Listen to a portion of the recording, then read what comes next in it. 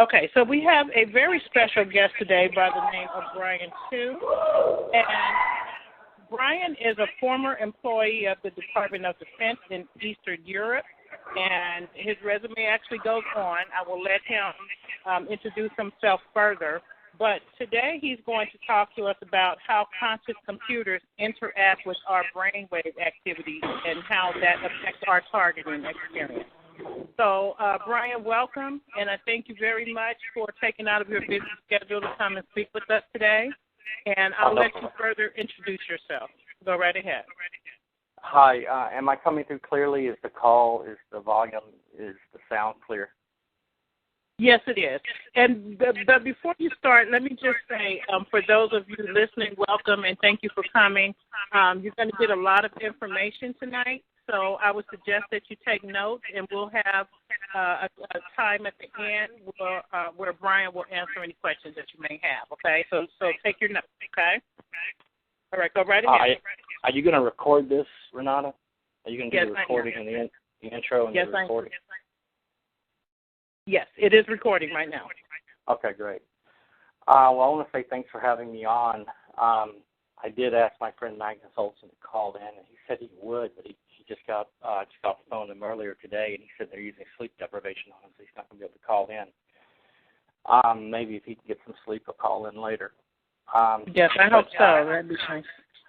Yeah, but I like to talk to targeted individuals about these subjects because, for me, my targeting began on an uncertain date. I can't say for sure when it actually began. I can only say when it was well underway, and that was back in 1997, 1998, my second year of law school at the University of Liverpool. I was in the Cayman Islands, and I was moving towards the Liverpool campus in the British West Indies, and I crossed a parking lot, and in front of the police station were two individuals, a man and a woman. They were standing in the front entrance. Well, I knew the chief of police, and I knew most of the police, and I didn't recognize them. So I didn't say hello. I just kept walking. And suddenly, as I was walking past them, I heard a voice say, "Speak to them." And, it was clear, it was audible. I had no idea about biocommunications technology and how it worked, synthetic telepathy, voice to skull. I didn't know anything about this. It stopped me in my tracks, thinking I was hearing things. I kept walking, and then I heard the voice again. And so I turned around, and I walked back past the man and the woman, and then I walked back past them again several times before I just decided that I was hearing things and I would keep moving. But after that, I started experiencing directed energy attacks, and I would have panic attacks and be unable to breathe from what I know now to be directed energy attacks. At the time, I didn't know. And so building a pattern and connecting the dots, I can say that my targeting began 20 years ago, in 1997, 98, that academic year. But could it go back to childhood? Yes, it could. It could go all the way back to childhood. In fact, when I tried to run FOIA requests, I kept noticing that the word Birmingham Field Office had been erased from the FOIA before I could file it. So there may have been something going on in Alabama where I was staying before I left the States to go to law school at the University of Liverpool. How many people do you have on the call right now?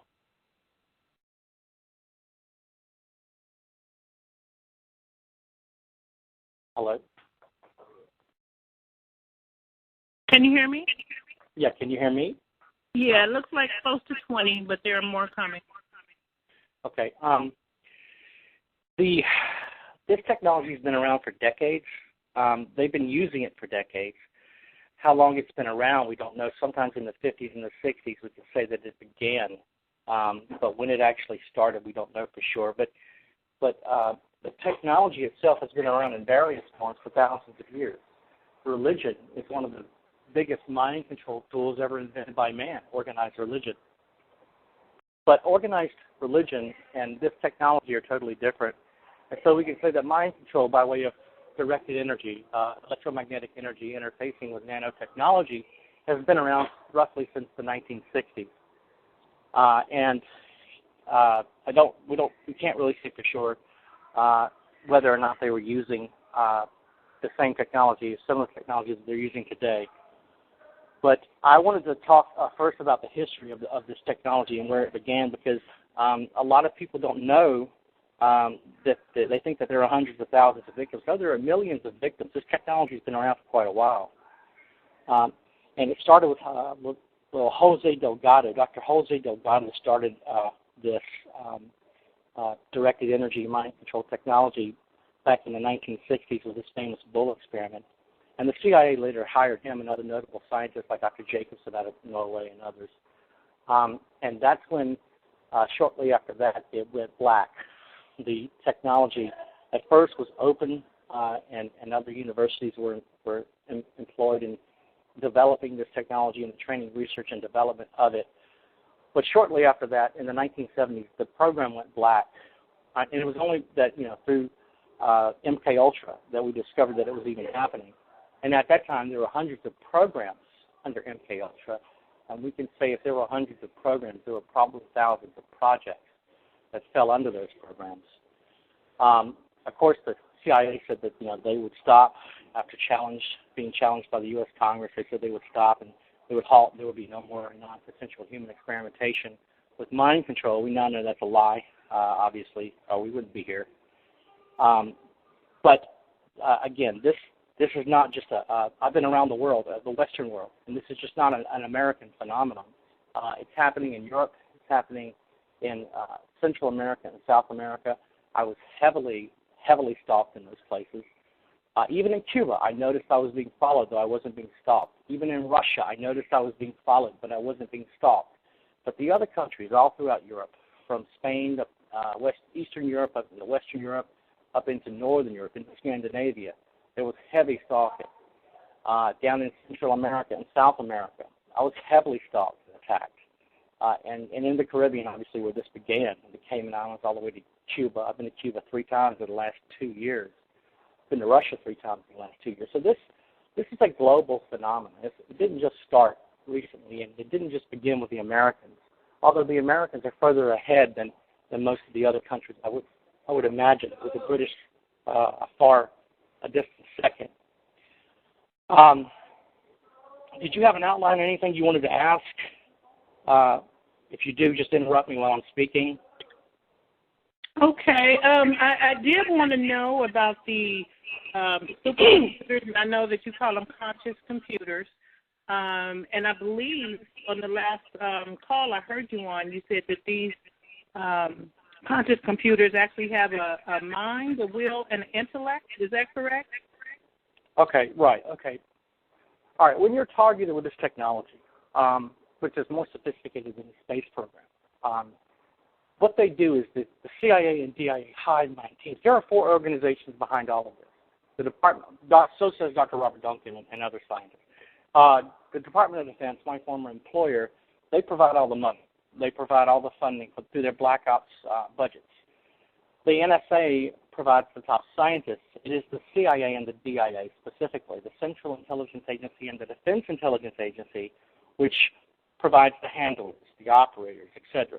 Those are the people that are involved in the hands-on torture, okay, the hands-on direction of the paradigm against target individuals for the purpose of mind control. It's the CIA and DIA that's attacking you. They are the ones which comprise the hive mind teams. These teams are composed of 3 to 6 people, and they're contractors. The CIA learned its lesson the hard way with the Church Commission hearings in the 1970s. And so they're not going to hire and use people directly under their employment where it can, if they're caught, be traced back to them. They're going to use private companies and private contractors, and that's what these people are. They're people, these hive mind teams are comprised of people who have some degree of expertise in the area of the mind, particularly as it relates to memory and thought process. So you're talking about these contractors being psychiatrists and psychologists, behavioral scientists, neuroscientists, and so on. They're highly trained and highly educated people, many of them intellectual barbarians, I would say, and they're the ones that comprise the hive mind teams. And every 8 hours, that shift will change to a new team. Okay, so they'll do their 8-hour shift and go home, and then a new shift will come on, and they'll pass the mind control victim, the target individual, off to the new team. What they do when you're first targeted with this technology is they move close to you, they get near you and next to you, and they obtain remotely an EEG readout. of your brainwave signature. It's called a digital brainwave imprint. And they take that digital brainwave imprint, that digital copy of your brainwave signature, and they download it, or I should say upload it back into their supercomputer, which is actually a conscious computer. And then they tie you to that conscious computer for life. How? By way of a continuous stream of energy, of electromagnetic low-frequency waves that are specifically tuned to your unique brainwave signature. Nobody else on Earth has the same brainwave signature. It's unique to you alone. It's like a set of fingerprints. Nobody else on Earth has your same set of fingerprints. Well, nobody else on Earth has your same brainwave signature.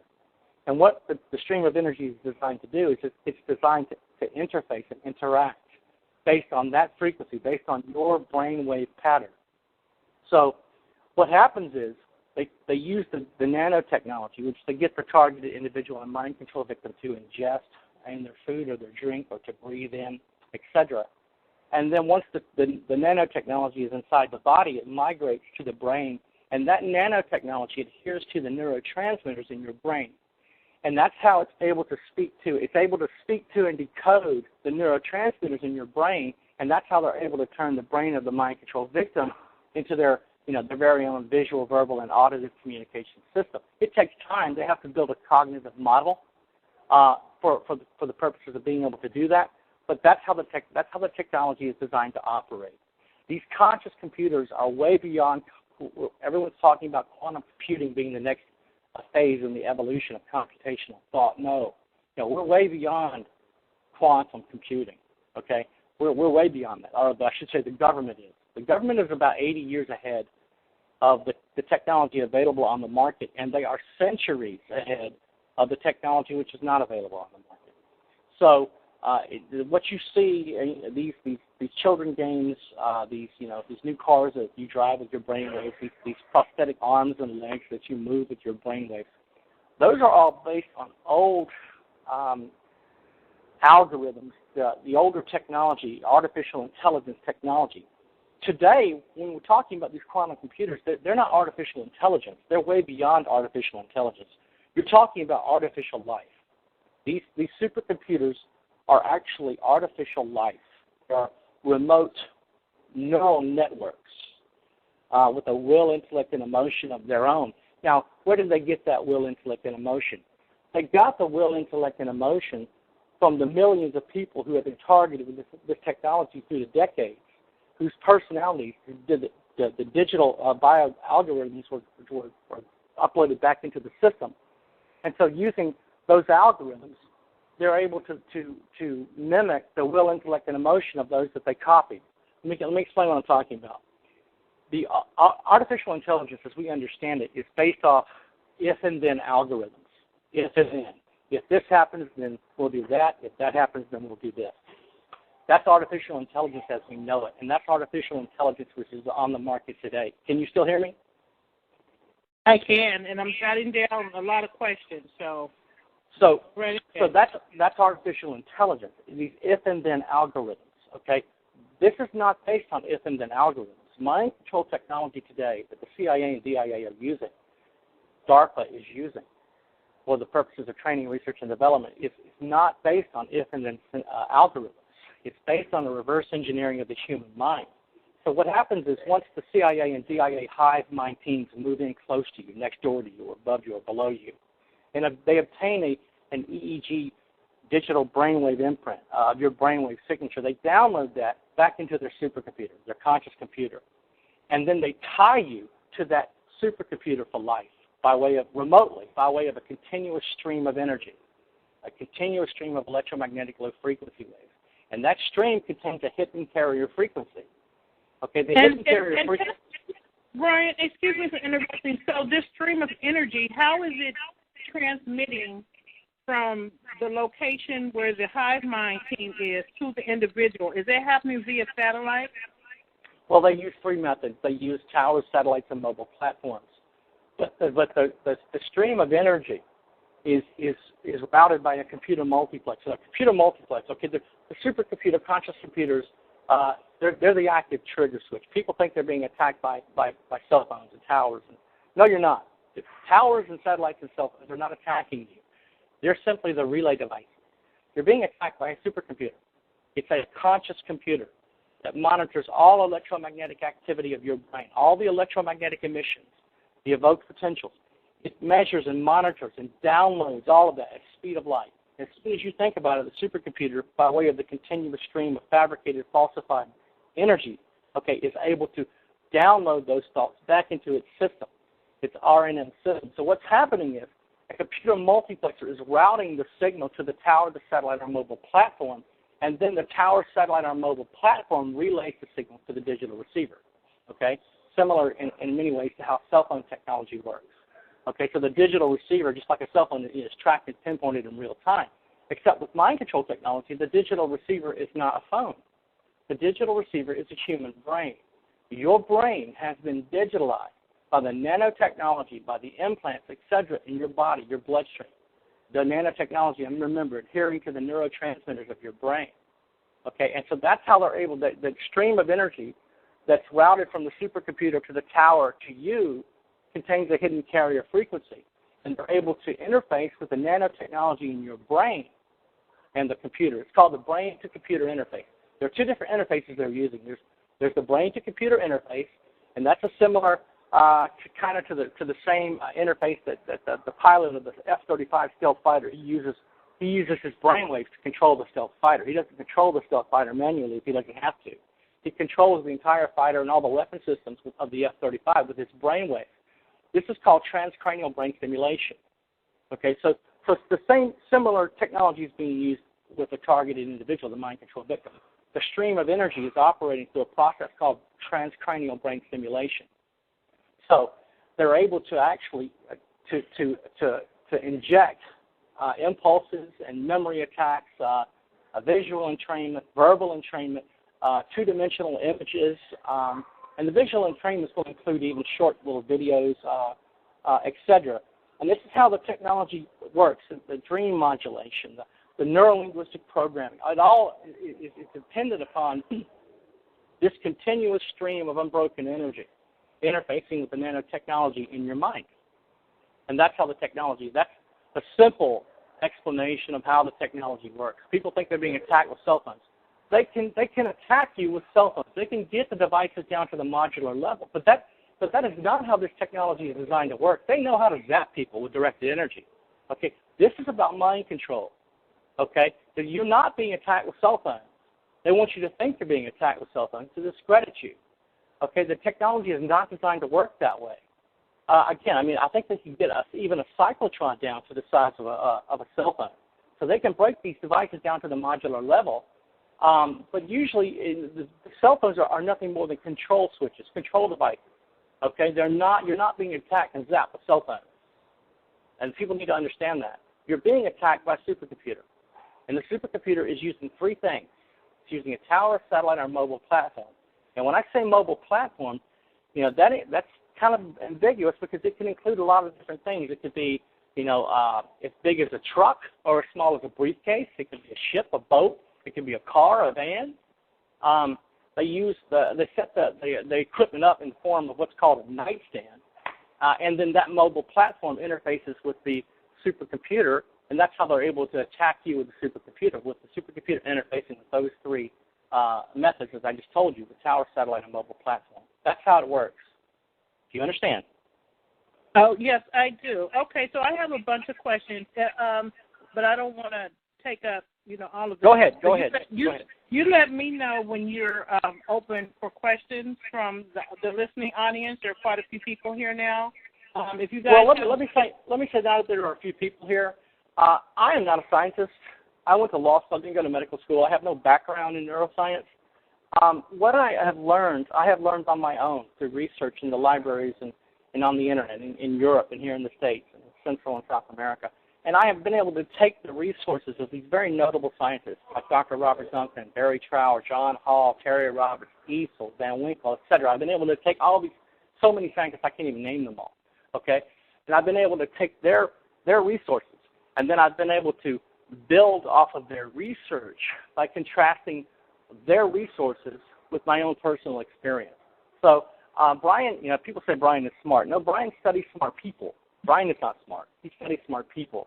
So I want to say that off the bat, that this, that we should all be very thankful for these scientists who have risked their lives to protect people they didn't even know, and they should be prayed for.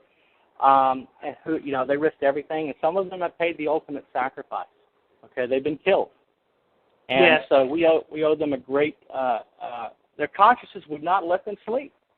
It wasn't their fight. They had no dog in this fight, but they were drawn into it because they could not sleep at night, and we need to say thank you to them, every one of them. Yes, so, we do. So I have no formal education in neuroscience. I've simply done a lot of research on the technology, and law school taught me how to do research. You learn how to research in law school. So that's how I obtained this knowledge.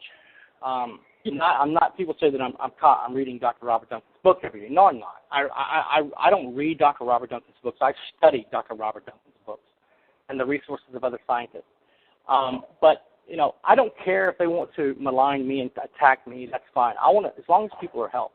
Because if you don't understand, if you don't have a basic understanding of this technology and the basic tactics which they use, which they deploy against you, then you're going to be running in circles your whole life until the day of your untimely death.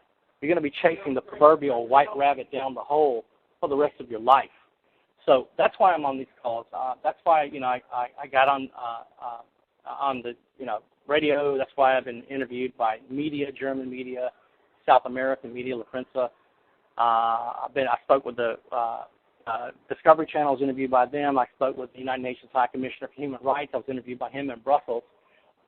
They don't understand the technology, and the problem that you're dealing with is because the technology. It's called the Occam-Razor principle. The more complicated the technology, the less the likelihood of belief by the ordinary person. And so that's what you're dealing with. The people in 20 years, they'll believe that this happened because they'll understand the technology. Right now, that's why I'm on these calls, to help people understand the technology. Well, you're helping me to understand already, and I really do appreciate it. I have a question about the Hive Mind team. Okay, I'm wondering, how is this Hive Mind team? First of all, I want to know where they're located. They're probably all over, but I just they already got somebody next to me trying to get my attention. Okay, go ahead. Okay, so I'm wondering where this Hive Mind team is located, and I'm wondering how they're able to monitor so many people. Because they're supercomputers that are able to conduct, hundreds of thousands of calculations per second. So it's all automated. It's all automated, active, and adaptive to the targeted individual, to the mind-controlled victim. This isn't somebody. This isn't just a group of people behind a desk. I mean, there are Hive Mind teams involved in this. But the whole system is automated. The whole RNM, remote neural monitoring, remote neural manipulation system. And there's a big difference between remote neural monitoring and remote neural manipulation.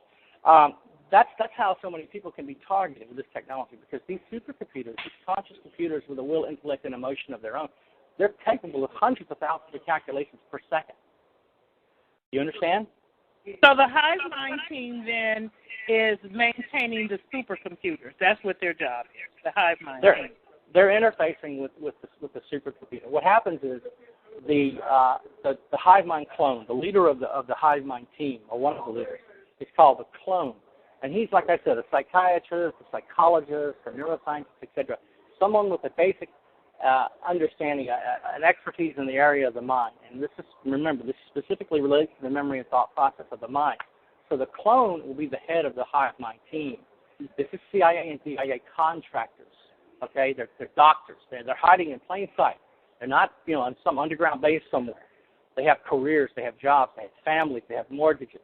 These are real people. Okay, it's just that no one knows the horror that they're engaged in on a daily basis. And they know better than to ask questions. Okay, so you're dealing with the clone who is the head of the Hive Mind team. Okay, he is the one who clones his brainwave signature to your brainwave signature.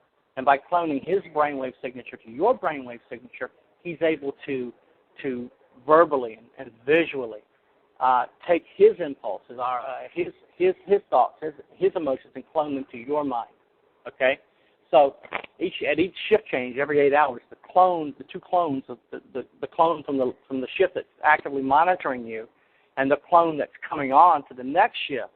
Okay, those are the people that will be involved in the actual hands-on tortured. Now, there's also more people involved in the CIA DI hive mind team. You're talking about a firewall, and I got a lot of this information from Dr. Robert Duncan in his books.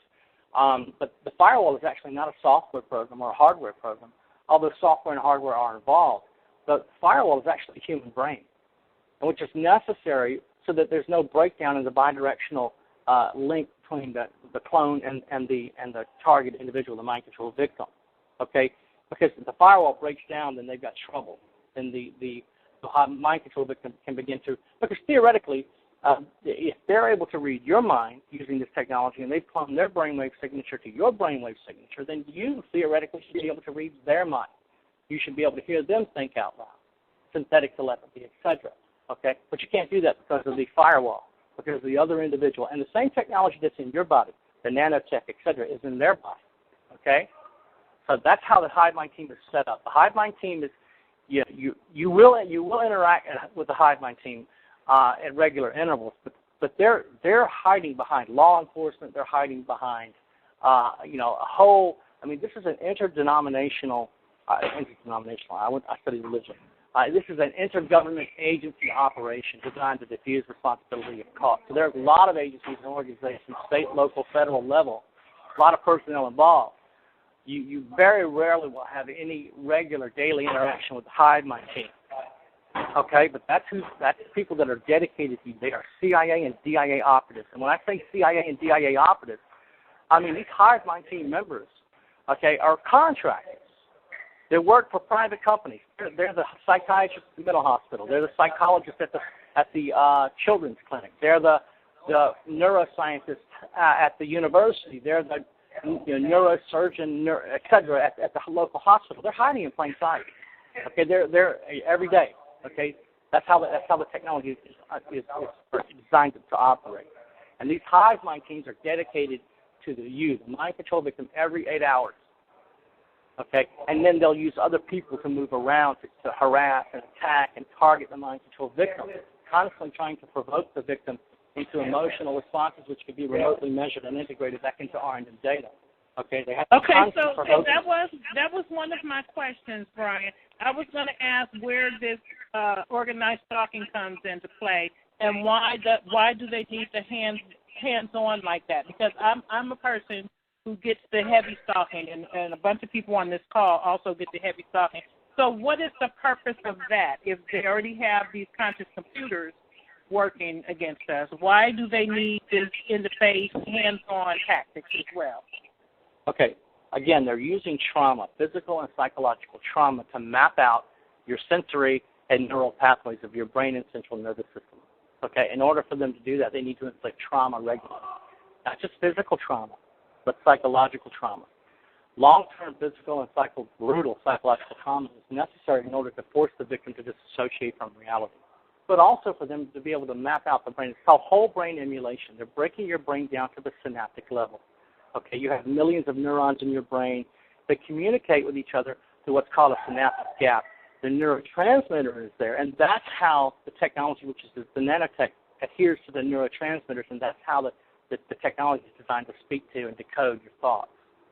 Okay, so understand that organized stalking is part of the paradigm to inflict trauma. Now, they use organized stalking for various things. They use it for surveillance. They use it, again, to provoke the victim. They use it to keep the victim from defeating the technology. There are many different reasons why they use organized stalking, okay? But the main reason, one of the main reasons, have to be the main reason, is to discredit the mind control victim so that no one will believe the atrocities are occurring. Try having a reasonable, rational conversation with the police about the fact that 100 hostile strangers are following you. It's just not possible. So one of the main reasons they do it, and there are many reasons for organized stalking, but one of the main reasons is to discredit the mind control victim, and then of course to provoke the victim into psychological trauma, fear, paranoia, etc., in order to map out, to create electronic emissions, to create emotional responses, which they can remotely measure and then integrate back into their R&M data. Okay, so they're going to constantly get in your face, but it's more than that. They're looking for evoked potentials. Okay, they're looking for you to respond some way. So they may come up to you with the most mundane questions imaginable. They may come up to you and say, you know what time it is?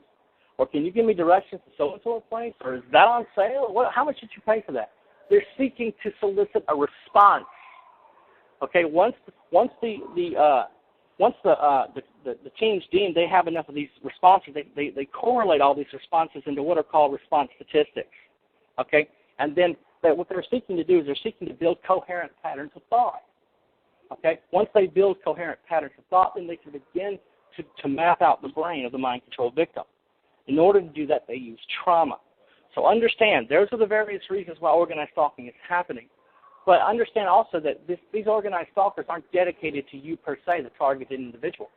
They're dedicated to all targeted individuals, okay, that move through their area of operation, through their neighborhood that they live in. They live, work, and play in that area. Okay, so there's a great deal of indirection and plausible deniability to be involved. Okay, so they have a reason for being there. So they say to the police, no, I just live here. This person's paranoid and crazy, No, it's a null hypothesis of probability, meaning, as far as proof is concerned, it is a mathematical fact that it's happening. But try explaining that to the courts and the police. It's not going to happen. Okay. Exactly. So what can you tell us about the V2K? And is that coming from the conscious computers as well? Right. Now, when you say V2K, that's just one part of the. There are many different programs. If there were 147 programs in the MK Ultra, and we know that there were, and thousands of projects under those programs, think of what there must be now, decades later. You're talking probably close to 500 to 1,000 programs of mind control that they're using for the purposes of training, research, and development, and you're talking maybe thousands, tens of thousands of different projects. Okay, so it depends, first of all, on what program you're placed into. I can only give you my understanding of the programs that I have experienced. So these are just two of the programs, and remember there are hundreds. And hold on just a second, I got a helicopter over me. Okay, so what I can talk to you about is trauma-based mind control and state-of-the-art mind control. And there's a big difference between the two. State-of-the-art mind control is based off the ignorance of the victim who has no idea they're targeted with the technology, whereas trauma-based mind control is based on, it's just brute force hacking of the mind using trauma, long-term physical and psychological trauma. So B2K is just one part of what they're trying to achieve. People thinking that's what they're suffering from. They're trying to inflict trauma, and B2K is part of that. But the program is much bigger than B2K. Did I answer your question? Yes, I just know there are quite a few. I didn't hear part of it. You broke up. Okay, go ahead. Yeah, I just know that there are quite a few people who get the voices, so I wanted to ask you that.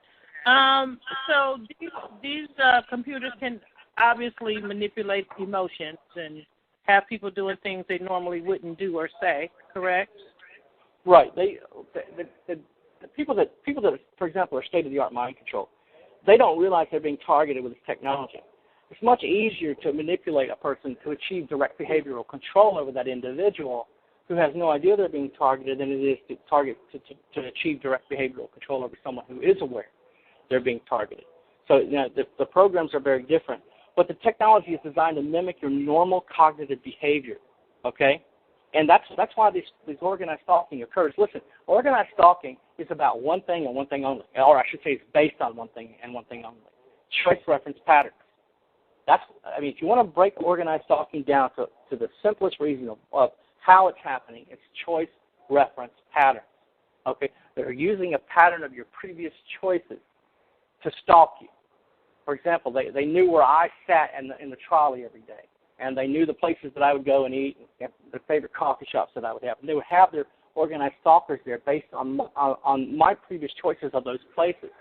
So understand that organized stalking is used against the targeted individual for the reason based upon choice reference patterns. Okay, and then what they do with this organized stalking is they engage in what are called situational scenarios and conversational scenarios. That's called street theater. The organized stalking is based off street theater, and that's two things: situational scenarios and conversational scenarios. These situational scenarios and conversational scenarios are always going to be based on events or topics that they know will capture your attention. Another one of the main reasons why organized stalking is absolutely necessary for trauma-based mind control to work properly is because they have to gauge whether or not the neuroprogram, whether the technology is working effectively or not. And they simply can't do that without organized stalking. The only way to determine whether a person will commit a crime using this technology, mind control technology, is actually to have them commit a crime. There's no other way for them to do it unless they can isolate the individual, and even then it's problematic. So organized stalking is done to do that, to force you into isolation. Okay, how do they do that? How do they isolate the mind control victim? By creating a hostile environment everywhere the mind control victim goes. Because I don't care how rational, logical, stable you consider yourself to be, everyone has a breaking point. Okay, you may be the most stable and rational individual in the world. Okay, but you have a breaking point. Okay, and that's what this situational and conversational scenarios are designed to do. It's designed to provoke you into responses which they can remotely measure and to integrate back into R&M data, but also to determine if the technology is working properly through trigger stimuli. And when I say trigger stimuli, I mean trigger words, trigger symbols, trigger objects, etc., trigger colors. For example, based on events or topics that are going to capture your attention, your organized stalkers will one day sit down next to you and start having a conversation out loud about God. You're religious, they know this, they need to capture your attention. If they cannot capture your attention, the technology does not work. They must capture the target individual's attention, and they will act crazy as hell to do it. If you put earphones in your ears, they'll start waving their hands around while they're talking. They're trying to capture the attention of the mind control victim. Okay? Okay, so that makes sense to me, Bryan, because I'm one who tries very hard not to interact with the stalkers at all because I just don't like it. And so I'm very good at ignoring. So they have escalated to the point where I'm getting more physical assaults now. I'm getting total strangers walking up to me, touching me, people in Walmart kicking me and running carts into me. And I'm thinking that's because I don't react as much as they would like me to. Right. They're going to force you to react. Listen, Dr. Robert Duncan told me one day, he said in a note that he sent me, he said, Bryan, stop playing the game. He was referring to the hypergame theory. Okay, the hypergame theory. They use the hypergame theory on you constantly to force you into a series of endless counter moves, trying to survive. And at times, you can choose not to play the hypergame theory. You can choose not to play the game. At other times, you're going to play the game or perish. It's absolutely going to happen. Okay? So these situational and conversational scenarios will turn violent, and with me, they have done that. Okay? To the extent that I've been put in the hospital as they become so violent. All right? But understand that they're all based off events or topics that they know will capture your attention. If they can't capture your attention verbally, they're going to do it physically.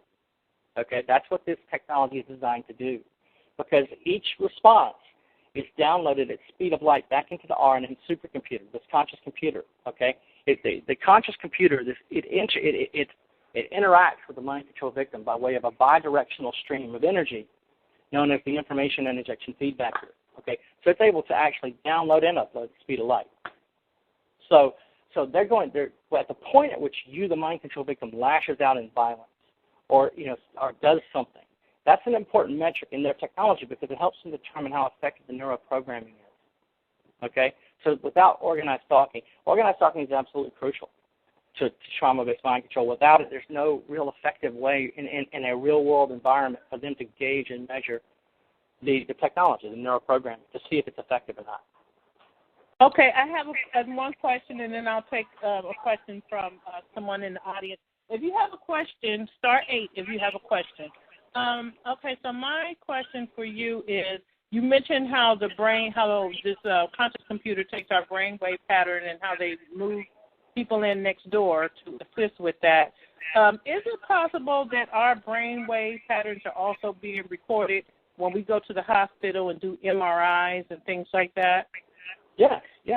Listen, okay. When I say they download the EEG digital brainwave imprint, your brainwave signature, when they download that's how the computer interacts with you.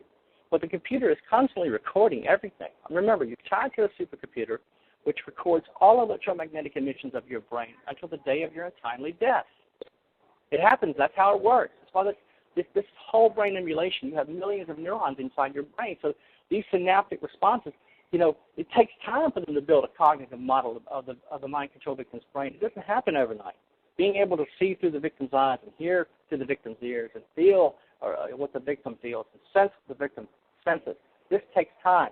This takes time. They have to build a cognitive model of the victim's brain. And the way they do that is by recording all electromagnetic activity of your mind. So, 24 hours a day, unless, you're able to break the stream. You're able to defeat the technology. And then, they have to prevent that. And they have to minimize any external interference to their technology, to their neuroprogramming while they're doing it. So, for example, if you begin to listen to music or you go singing and dancing, engaging in outdoor activities, all of these external activities interfere with their neuroprogramming. That's why it's so important for them to isolate the victim, okay? Because they need the victim to internally focus or internalize on the neuroprogramming. So they must minimize all external interference because they are recording the electromagnetic emissions of your brain. That's how they build a cognitive model. Okay. So, it was really important for me to ask you about the hospital because so many targets feel that things like that is happening when they go to hospital visits, that their brain waves is being recorded. So I wanted to... You're being recorded 24 hours a day. Listen, stay out of the hospital. I mean, let me tell you something. If you get thrown into a mental hospital, you're being thrown right into the hands of the clone of the hive mind team. They may not interact with you directly, okay? Or they may. It depends, again, on what program you're in. But the point is, they're there. They're in the hospital, okay? And you have been placed right into their hands. They have isolated you to exactly what they need to happen. Mm-hmm. What needs to happen for you to internally focus on the mind control technology. Okay. Okay, Bryan. Go ahead. Finish your thought, and then we'll take these are thought-triggered attacks. Okay, we're talking on a satellite. We may be talking on a delayed carrier, but I don't know. We're kind of interrupting each other. What were you saying? No, go right ahead. Finish your thought, and then we'll take a call. Okay, so what I'm saying is these are thought-triggered attacks. Okay, remote neural monitoring is absolutely essential for thought-triggered attacks to happen. These thought-triggered attacks happen at the speed of light. These are the technology. The technology is based. All mind control technology is based on three things. It's based on with censorship, and that censorship is designed to prevent you, to censor your activities, to prevent you from engaging in external activities that interfere with their neuroprogramming. So censorship is designed to restrict you at will. And then you have the second, which is called memory management. And memory management is simply blocking your. These are memory attacks. You're using your own memories against you. So memory management is blocking your real memories and injecting with false and fabricated memories. And there's a difference between falsified memories and fabricated memories. Fabricated memories are your own real memories that they're injecting, that they recorded, that they downloaded at the speed of light, and that they're injecting back into your subconscious at regular intervals in order to pitch you in some type of action or access sequence, okay, for the purposes of verifying their technology is working, okay. Those are called fabricated. They're your own real memories that they downloaded and they're injecting back into your subconscious at the speed of light. Falsified memories, on the other hand, are memories that they were able to plant inside your brain through the neuroprogramming. So you'll have a thought of being raped as a child. You'll come to believe that you were raped as a little girl by your father, and people will come up to you and say that never happened, and you will swear that it did. So that's how the thought-triggered attacks work. They're using real. That's why I called it earlier a fabricated and falsified stream of energy. It contains this data is based upon a memory attack, blocking real memories and injecting with false and fabricated memories. Okay. Thank you for the information. Are you ready for a question, Bryan? Sure, yeah. But understand these are memory references. Remember, I said choice reference patterns. It includes patterns of your previous choices, and those are memories. So you defeat these thought-triggered attacks. You defeat mind control by learning to read active memory.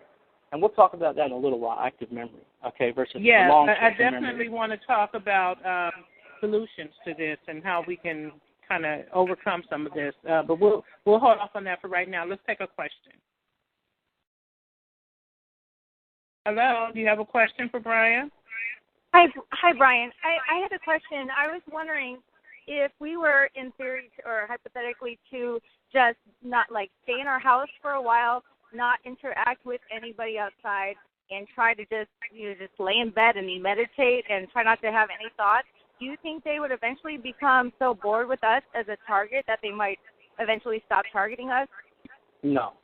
Listen, isolation is exactly what they want you to do. By staying in your house all day and you're just all you're doing is you're making it easier for the neuroprogramming to be affected, because in order to be effective, they have to capture your attention. The neuroprogramming, in order for the neuroprogramming to work properly, they have to minimize all external interference. I just talked about this a few moments ago. Okay, all external interference. And when you're engaged in your regular daily affairs and all the chaos and random events that go on in the normal person's life, okay, all of that interferes with their technology, with their neuroprogramming. They want to stop all of that. So they force you back into your home by creating a hostile environment, because it is a medical, scientific fact that no matter how stable and rational you consider yourself to be, logical, whatever, no living organism can survive in an environment which is constantly hostile. Okay, that's why they're doing. That's another reason that organized stalking is designed to be bad, to traumatic, to force you back into an isolated environment where the neuroprogramming is more effective. So do not isolate. So it would be better for us than to just try to live our life as best as we can, rather than to be boring to them and hope they get bored. It's better just for ourselves try to live our life as best as we can with a given situation. Correct. Okay, thank you. Okay, thank you. Okay, Bryan, many of us targeted individuals have questioned as to why us. And I know about, you could have been a whistleblower and all the different reasons, but is it solely that that targeted individuals came or went against the control grid, or is there more to why they're doing this? Is it about the world domination, or why us? No one did anything to deserve a lifetime of torture like this. So what is really behind this? Listen, targeted individuals are chosen because they fell into one of four categories. All targeted individuals fall into one of four categories. Okay, and the reason you're chosen or will be chosen for this technology, for the training, research, and development of this technology, is because you fell into one of those four categories. The first category are judicial targets, those who have committed a crime or those they suspect may have committed a crime. The second category is extrajudicial targets, and that may range from those who they can't prove that they committed a crime, but they suspect them of committing a crime, to all the way to the other end of the spectrum. All the way to the other end of the spectrum when you're dealing with activists and whistleblowers, etc. That's called extrajudicial targets. The third category of targeted individuals is targets of opportunity. Targets of opportunity, basically, that's a very vague area. It's a very large area, and just about everybody can fall in there. People, for example, who are randomly targeted for the purpose of science, for the purpose of human experimentation, research, and development, like we talked about. Those are targets of opportunity. And then the fourth category of all targeted individuals is called lucrative targets. And those are people who have access to, or who may have possessed sensitive information, or who may have access to sensitive positions. And so those four categories, judicial targets, extrajudicial targets, targets of opportunity, and lucrative targets, are the four categories which all targeted individuals fall into. And the reason that you're targeted, the reason it's happening, okay, is because you fell into one of those categories. Okay. All right. Thank you for that clarity. Okay, we do have another question. Star 8 if you have a question. Hello.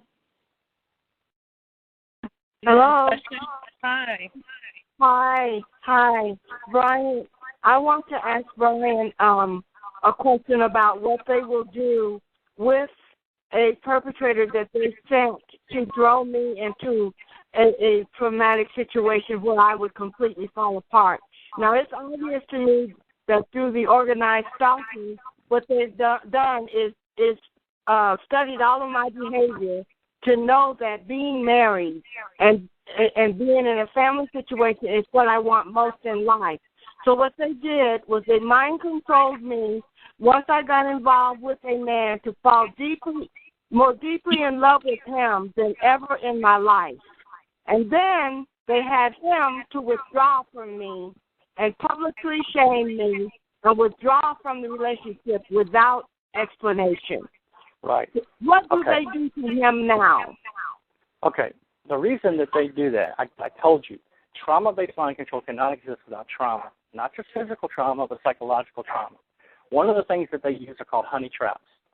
And they use honey traps they use relationships in order to provoke the victim into responses from violent responses to responses of they need to map out the entire all the vectors of your personality. This is about three things: your will, intellect, and emotion. Okay, that's your soul. That's your personality. The will, intellect, and emotion. They know how to manipulate the five senses. Now they're trying to reverse engineer your will, intellect, and emotion. So they have scenarios that they'll engage in, like good cop, bad cop, or they'll use honey traps to provoke you into, to put you into situations where they can suddenly create trauma by introducing new variables. Because that's what the hyper game theory is about. It's about applying game theory to decision tree modeling. It's about being able to alter any variable in the model, and then by doing so, to alter the expected outcome. So just in order to create trauma, they'll have someone come into your life, some honey trap, and that person will be the trigger mechanism will be the mechanism for introducing trigger stimuli into your life in order for them to measure how effective their technology is working. They've tried to do that with me time and time again. So another thing is good cop, bad cop. They'll and doesn't necessarily involve the police. What they'll do is they want to instill hope and trust. They want to build relationships of love and trustworthiness and all the things that go on with that, and then suddenly tear it down. Why? To inflict trauma, psychological trauma. When I worked for the Department of Defense, I had no idea this technology was working, but they were targeting me the whole time. I had no idea this biocommunications technology even existed. But they were targeting my friends and family to create trauma, okay, through a process called influence mapping and negative associative conditioning. What they do is they find the people in your life, not just that you love, but whoever's important to you, okay?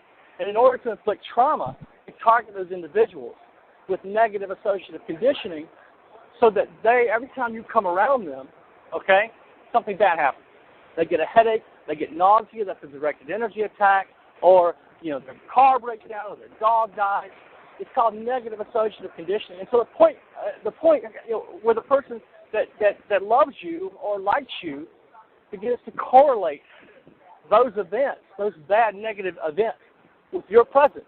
They begin to correlate you to those negative events, and they begin to avoid you like the plague. So they use influence mapping. Influence mapping is a business marketing strategy. Okay, when a business wants to target another company to get that company to buy their product or their service, what that company will do, called a B2B relationship, a business-to-business relationship, what that company will do is they'll find the people in the other company that they want to sell to who are the most important people in that company, who have the most influence over the daily affairs of that company, in order to try to get them to buy their product.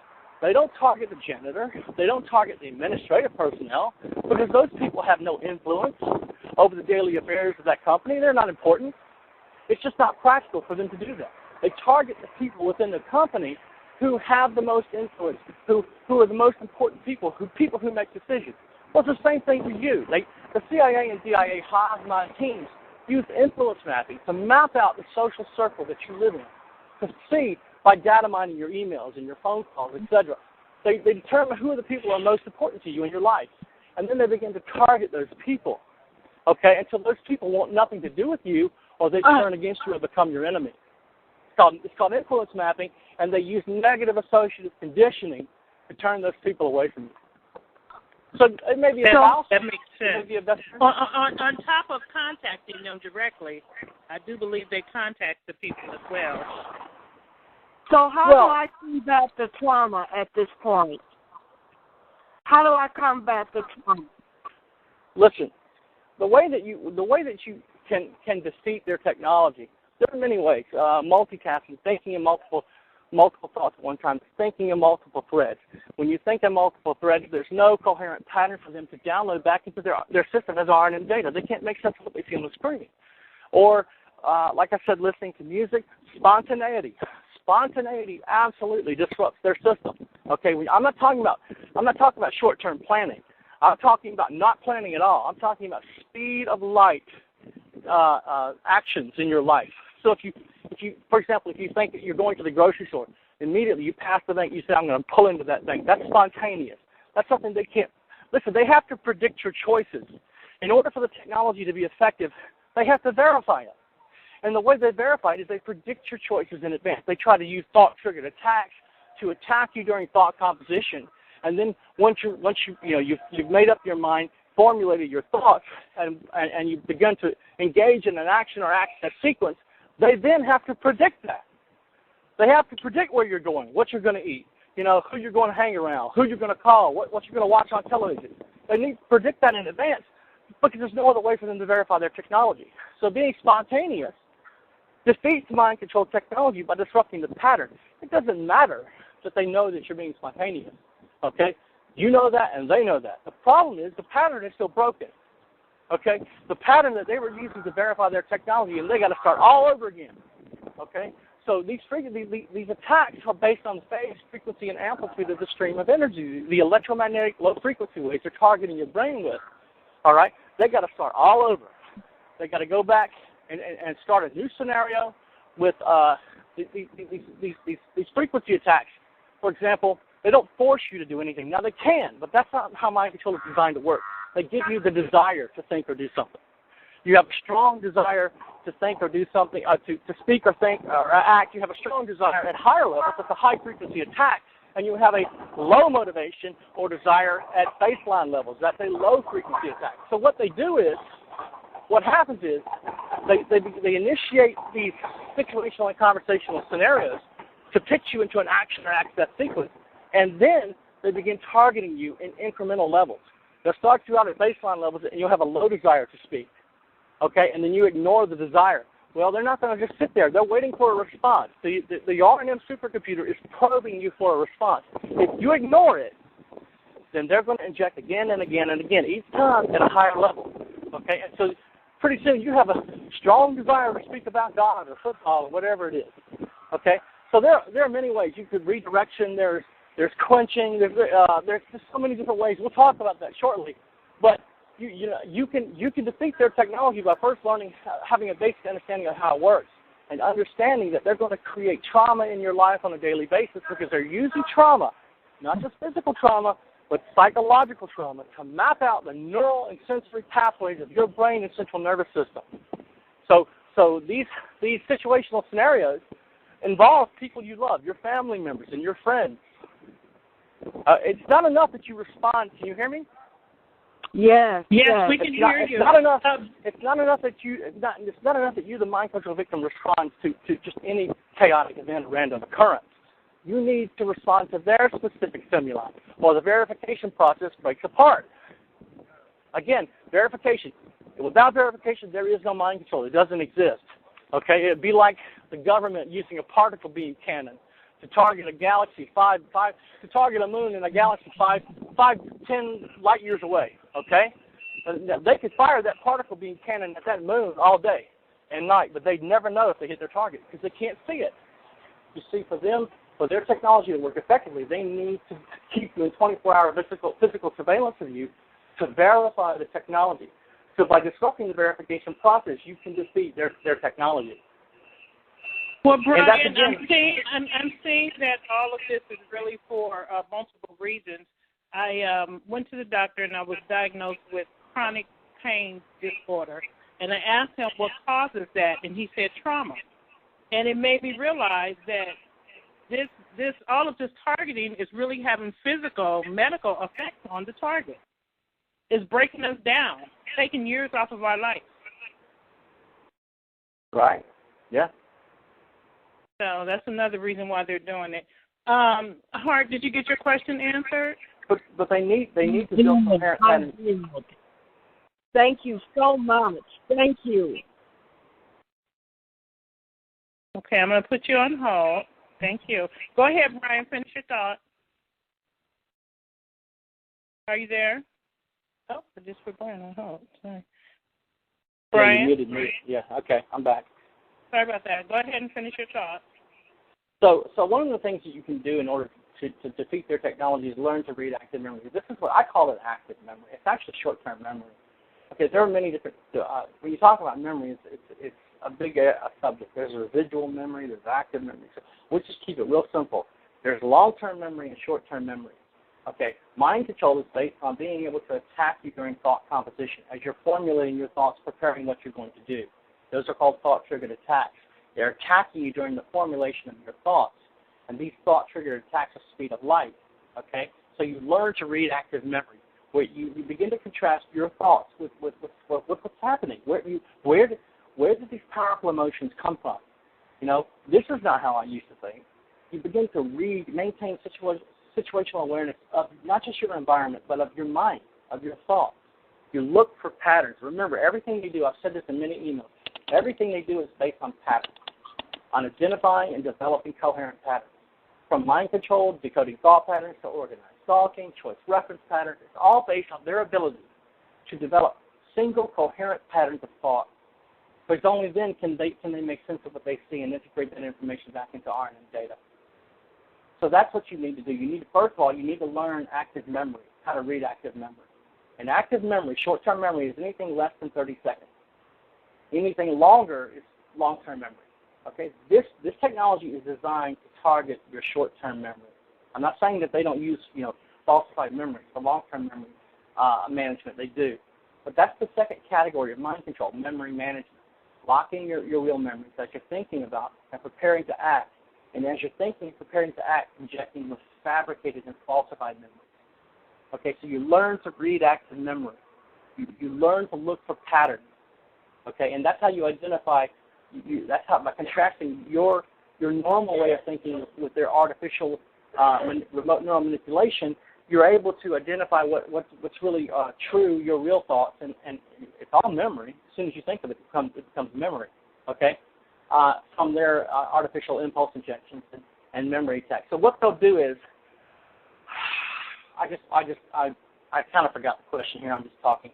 But what they'll do is this: they'll use previous memories and they'll inject them back into your memory and thought process. But then they'll use the desire, to, for example, memories of sexual encounters. So they want to create lust. They want to pitch you into an action or access sequence involving sex or masturbation, something like that. So what they'll do is they inject the memory attack, and then they follow that up with an impulse injection. It's called impulse sequencing. Well, if you learn to read active memory, you can begin to contrast their artificial impulse injections with your own normal, natural memory and thought process. So I would say the first thing you should do is learn to read active memory. Okay, sounds good. Okay, we have a couple more questions. Would you mind? Trolley down to the convention center. No. I can go. Mission Valley with East County communities. I'd like to remind all passengers to have a valid fare in your possession while riding the trolley. While on board, smoking or eating is permitted, and drinks must be kept in a spill-proof or sealed container. In consideration of other passengers, please do not place your seat on the seat. Thank you. I'm sorry, I'm on a trolley heading into San Diego, to Old Town. Okay, so I'm sorry, go ahead. Next okay, we're going to take another question. Go ahead. Okay, we're going to take another question. Hello, you have a question, Bryan? Hello? Hello? Hi, do you have a question? Yes, Bryan. Question, where does Jesus or Christianity come into the mix? Or what can you tell about the machine when it has to do with Christians? Okay, I'm sorry, what was your name? Jay. Jay. Okay. The manipulation of the belief system of the mind control victim is very important for mind control technology. Hello? Yes, do you hear me? I'm not questioning about the belief system.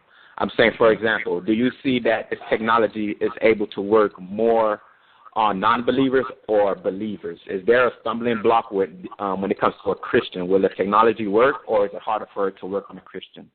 With the technology, I'm trying to answer your question. Okay. Remember, there are other people on the phone too, so I'm trying to give you a general answer. Yeah, I definitely want to hear what you were going to say about the belief. Go ahead with that, please, and then go on to Jay's question. So one of the things that they do is they target your belief system, and the reason that they target one of the ways that they target your belief system is first to determine what religion you are by building a profile. So you may not even be religious; you may be an atheist. In which case, they can't use Buddha or Allah or some other, false god. They got to use some other stimulus, such as aliens or something like that. Okay, so they find out what your belief system is, and then the remote neural attacks are designed to mimic that belief system. That they find out what your god of choice is, and then they use V2K, voice of God weapons, or synthetic telepathy to make you think God is speaking with you. So this happened in 1991. If you remember, in 1991, tens of thousands of Iraqi soldiers suddenly surrendered in the first Gulf War with their hands raising them and their weapons dismantled. And a reporter came to them later, and he asked some of them, he said, "Why? I understand why you surrendered, but why did you dismantle your weapons first?" And all of the Iraqi soldiers said, "Allah told us to. Allah said that before we could surrender, we had to dismantle our weapons." Well, there wasn't Allah. It wasn't their God Allah, the false God Allah. It was the CIA and the DOD. They were manipulating the belief systems of these Muslims to make them believe the God of their choice was speaking to them, to pitch them as some type of action or access sequence. In this case, it was the dismantling of their weapons before they surrendered. So the targeting of a mind control victim's belief system is done for one of two reasons: to subdue or to radicalize. They either want to subdue your belief system or they want to radicalize your belief system, because they always do what's most difficult. When it comes to the training, research, and development for mind control technology, they do what's most difficult with the mind control victim. Once they build a profile of you, they determine what your religion is, what your belief system is, okay? And then they do what's most difficult. So they would never, I'm near the water here in San Diego. You hear some loud noises. So they would never, for example, turn a bisexual into a homosexual. It really doesn't further their research to do that. They do what's most difficult. They'll turn a heterosexual into a homosexual. They'll turn a Christian into an atheist, a Muslim into a Jew, etc. Why? Why go through all of that? For one reason: to determine. Why target a belief system, a person's religion to begin with, Jesus or some other religion, a person, to determine what you, the targeted individual, can maintain as truth. Okay? To determine what you or a group of people, in this case, I used the example of tens of thousands of Iraqi soldiers, to determine what they could maintain as truth. So the belief system being targeted. So then they target me daily with this. They go after my belief system, okay? But if you're not a Christian or you're not religious, then it'll be some other stimulus, such as aliens. So you'll walk outside your door one night, and you'll look up, and there'll be a UFO over your house, okay? But it's not a UFO; it's a hologram. And then there'll be, after that, they'll be incrementally they'll increase the remote neural attacks targeting your memory and thought process, and suddenly the aliens will start speaking with you, etc. Okay, this is done for one reason: to determine, to measure what you, the targeted individual, can maintain as truth. So the answer to your question is, it's done for two reasons. The reason they do it is two reasons. One is to subdue or to radicalize. The second is to determine what the targeted individual can maintain as truth. Hello. Okay, Jay, did that answer your question, or did you be more specific? Hello, yes. I see you're talking about the brainwashing aspect, but a simple question: do they have the technology to look at someone and tell whether or not they're a Christian, whether it's through their frequency, their body chemicals? Do they have that type of technology? No, they can't just look at you and tell you're a Christian. They have to watch you. That's why surveillance. No, I'm saying I'm going off the technology part. Do they have the technology that they? Right. I mean, you say that you say that they can read your mind frequency, your body frequencies, and everybody's frequency is different, is not identical. But is there something that happens to an individual when he becomes a Christian that they can see with their technology, that they see that it's harder to attack that person? Listen, Dr. Robert Duncan was talking about this in his book, Project Soulcatcher. He said that while other religions are easily manipulated with this technology, he said Christianity, and he's not a Christian, he said Christianity has some defenses. And one of those defenses is, of course, the doctrines of the faith. So they can't just look at you and say, this person's a Muslim or a Jew or a Christian. The technology cannot do that. Before they can read your thoughts, okay, they have to build a cognitive model of your brain, and that takes time. So by your behavior, okay, by profiling your behavior and your habits, okay, they determine what your religion is, if you have any or not. It's not possible for them to use a stream of energy to interface with your mind, your memory and thought process, and say this person is Christian, this person is Jew. No, that's just not possible. At least not yet. Because they can't read your mind until they can build a cognitive a model of your brain. It's just not possible. But you did just say that Dr. Robert Duncan said that it is harder to affect Christians because of their faith, correct? The doctrines of the faith are what Dr. Robert Duncan was referring to, but Dr. Robert Duncan is not a Christian. Any born-again Christian will tell you it's the Holy Spirit, okay? But remember, these are scientists who really, they care about raw research. They care about the data, okay? So they can read your mind, but it takes a while. It doesn't happen overnight. And then from being able to read your thoughts and contrasting what they can see on their screen from your behavior, they're able to determine what religion you are. Listen, if they can't make sense of what they see on their screen, they have to revert back to your past activity. Okay, this is about your choice reference patterns, and those include your religious beliefs. And one of the things that they do with V2K is they use these voice of God weapons to manipulate people, their belief systems, because these belief systems are very important as far as training, research, and development is concerned. They want you to become dependent, okay, on their impulse injections, their memory attacks, etc. Meaning they want you to believe that these artificial injections are your own, that you're the one that wants the peanut butter. When in fact they're injecting, they don't care anything about peanut butter, they care about their technology. But they want you to believe that you're the one because, well, you just love peanut butter and chocolate, okay? So you're suddenly having this desire for peanut butter and chocolate, and you keep ignoring it. But it keeps coming back stronger and stronger in a looping pattern every 5 minutes, okay? Each time the desire is stronger, okay? That's a high-frequency attack. Started out with a low-frequency attack.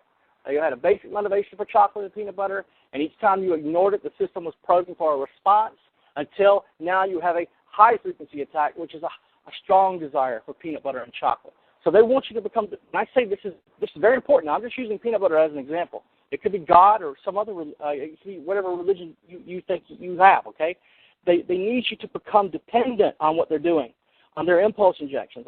And when I say impulse injections, I'm talking about love, hate, lust, fear, etc., okay? And they need you to become dependent upon the RNM system. When I say RNM, I mean remote neural monitoring, remote neural manipulation. And once you become dependent upon that system, or at least they think you are, okay, or they believe those responses that they're seeing, they think they're consistent, okay? Once that happens, that's when they begin to fabricate these subconscious responses. And one of the things that they'll do is they'll fabricate subconscious responses to get you to think that God is speaking to you, okay? Those are called indicators. They'll use anything. I mean, they'll use honesty, dishonesty, anxiety, whatever, okay? But they want the idea is to mimic the cognitive behavior of the mind control victim so that they think the fabricated responses that they're receiving are their own. And then to get you to do something. So for example, Aaron Alexis, let's just use Aaron Alexis. Aaron Alexis was a Buddhist. Obviously, Buddhists don't run around killing people, okay? All right? That doesn't happen, okay? So they target your belief system, okay, to get you to believe that this is the doctrine of what you need to do and follow, and this is what God wants you to do, okay? It's only when you become dependent upon the RNM system that they use the subconscious responses to begin to fabricate responses to make you believe that God is speaking with you. All done for one of two reasons, to subdue or to radicalize you, to determine what you can maintain as true. Now, a lot of us get spiritual attacks in another way. I get attacks in my sleep where I feel like I'm being smothered, which would be it would be called like sleep paralysis, but if something feels very demonic about it when these attacks happen to me. So I'm wondering, is that something that these computers are capable of doing? Yes. Yes. The computer is monitoring. The supercomputer is monitoring your emotional state at all times. Okay. That's what they listen. That's what remote neural manipulation is about. Being able to monitor and based off of the information it's able to capture to fabricate stories based on whatever it is you're thinking. So the remote neural monitoring system is designed to capture in at speed of light whatever it is you're thinking, and then to download or inject back into your mind as you're thinking stories. These remote neural attacks are just stories, are visual or verbal entrainments to make you believe God is speaking to you. Okay, that's how they achieve direct behavioral control over the victim. Okay, remember, mind control is about three things. It's about censorship, it's about memory management, it's about direct behavioral control. Part of the direct behavioral control means they want to shape your thoughts and behavior with this technology. And the way they do that is they get you to become dependent upon their system. So whether it's restricting your thoughts. Has your question been answered, Jay? Well, kind of. But I understand like you're a smart guy and you have a lot of information on it. But I'm going off of the Christian aspect of it. Like you said that there's 4 reasons why they put you on a program as you're a targeted individuals. But 2 of those reasons won't apply to some people, and 4 of those reasons really won't apply to nobody, because there are people, targeted individuals, they feel like they've been put on this program at birth. Like me, I can go back to the age of 2 and 3 years old, and I knew that I was on the targeted individual program. So how or why would they pick me at that, or pick people at birth? At such a young age. Program? Okay, right. Well, I told you, you're a target of opportunity. Okay, thank you, Jay. I'm going to put you on hold while he answers your question. Thank you. Okay. You're a target. You fall into the category known as targets of opportunity. Okay? You're targeted for training, research, and development from birth on. Okay, that's why. That's the reason. Okay, you fell into one of those 4 categories: judicial, extrajudicial, targets of opportunity, or lucrative targets. In your case, you know that you weren't running around robbing banks as a baby. Okay? So you're not a judicial target. You know you weren't a whistleblower or an activist at the age of 2 or 3 years old, so you know you're not an extrajudicial target. You know that as you were entering the 1st grade, you didn't possess sensitive information or hold a sensitive position, etc. So you weren't a lucrative target. You fell into category 3, targets of opportunity. Also, I know that people are targets because they're affiliated with someone. Because, for instance, my children were born into it because I'm targeted. Right. So I guess. Right. Yes. Okay. There is a genetic link between some of the targeting. There is. For the purposes of the research and development of this technology, they do target family members. They don't just target one person. They may target multiple generations. I don't have enough data on that to tell you, in your situation, whether that's true or not. I don't know you. Okay, but understand that all of this, what they're doing, especially when he's talking about they're targeting your faith, they're targeting your faith based on scripts using situational and conversational scenarios. They want to determine whether the neuroprogramming to subdue it or radicalize you, okay, is working or not. So they engage in what are called scripts. Dr. Duncan calls them scripts. I call them situational scenarios, conversational scenarios. Okay, I call them street theater. Okay, but the objective is to create extreme psychological trauma, fear, paranoia, etc. Okay, because that's how the technology is designed to work for it to be effective. So traumatize you in a sense that you can no longer function in society, causing you to begin to physically and psychologically shut down. And multiple people may be targeted. There may be they're often, the research has to be random, so that like when they do drug tests, they need to choose a large pool of people to do the research on. Otherwise, the research is skewed. It's just skewed. They need a random pool of test subjects. Okay. But other times there's a genetic link involved. They want to see how the technology works through that genetic link. But again, it's all designed to cause you to shut down physically and psychologically, to begin to force you, especially, listen, I'm answering your question, especially from family and friends, to isolate you. especially from any support network that you may have. Okay? That's why trauma-based mind. Listen, they're not using this. This is a weapon system. Okay? This is neuro-warfare. The revolutions that are going on, Arab Spring, all those revolutions in the Arab world, Ukraine, okay, Belarus, all these Arab countries. Notice that the countries where all this revolution is occurring are Russian allies. Notice that, okay? Notice that. The Ukraine, for example. All right? This is neuro-warfare between the Russians and the Americans. That's what's happening. It's a weapon system. It's a weapon system. I've told people before, but because there may be new people on your call, I'll say it again. This movie works the opposite of Clockwork Orange. In Clockwork Orange, the scientists, I never really saw the movie, I just saw parts of it, but I read about it, and basically the theme of the movie was this. Scientists were trying to take a violent person and turn him into a peaceful person. Take a violent criminal and turn him into someone who would shut down in the face of extreme violence. And to do that, they used hypnotism, behavior modification, etc. Okay? Well, they failed. But that was the objective of the movie, to turn a violent person into a peaceful person who was shut down in the face of extreme violence.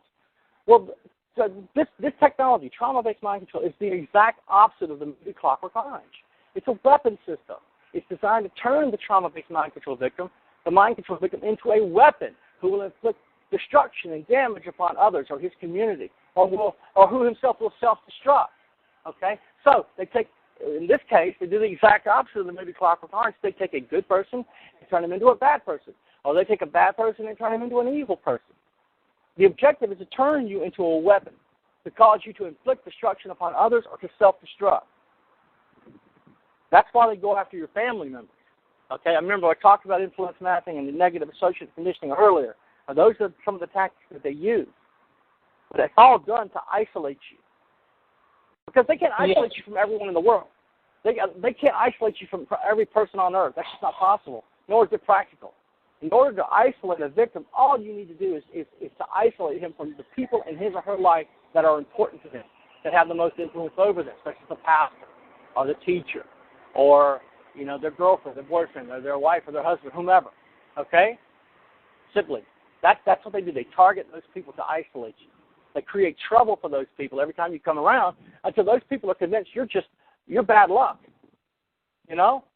And those people begin to correlate all the negative stuff that's happening in their lives with your presence. Every time you come around, something bad happens. And they want to stay away from you. That's how they isolate you. So the reason they're targeting your family, not just because there might be a genetic link, and that's important with regard to their research, it's also to isolate the mind control victim. Interesting. Okay, so we'll take another question. Okay, star 8 if you have a question or a comment. It's really interesting what he's talking about because the CIA and DIA, they do use these haunted houses and demon possessions. I wrote about this. They do use it. And again, it's to determine whether the pastor and the community what they can maintain is true. It's not to radicalize them.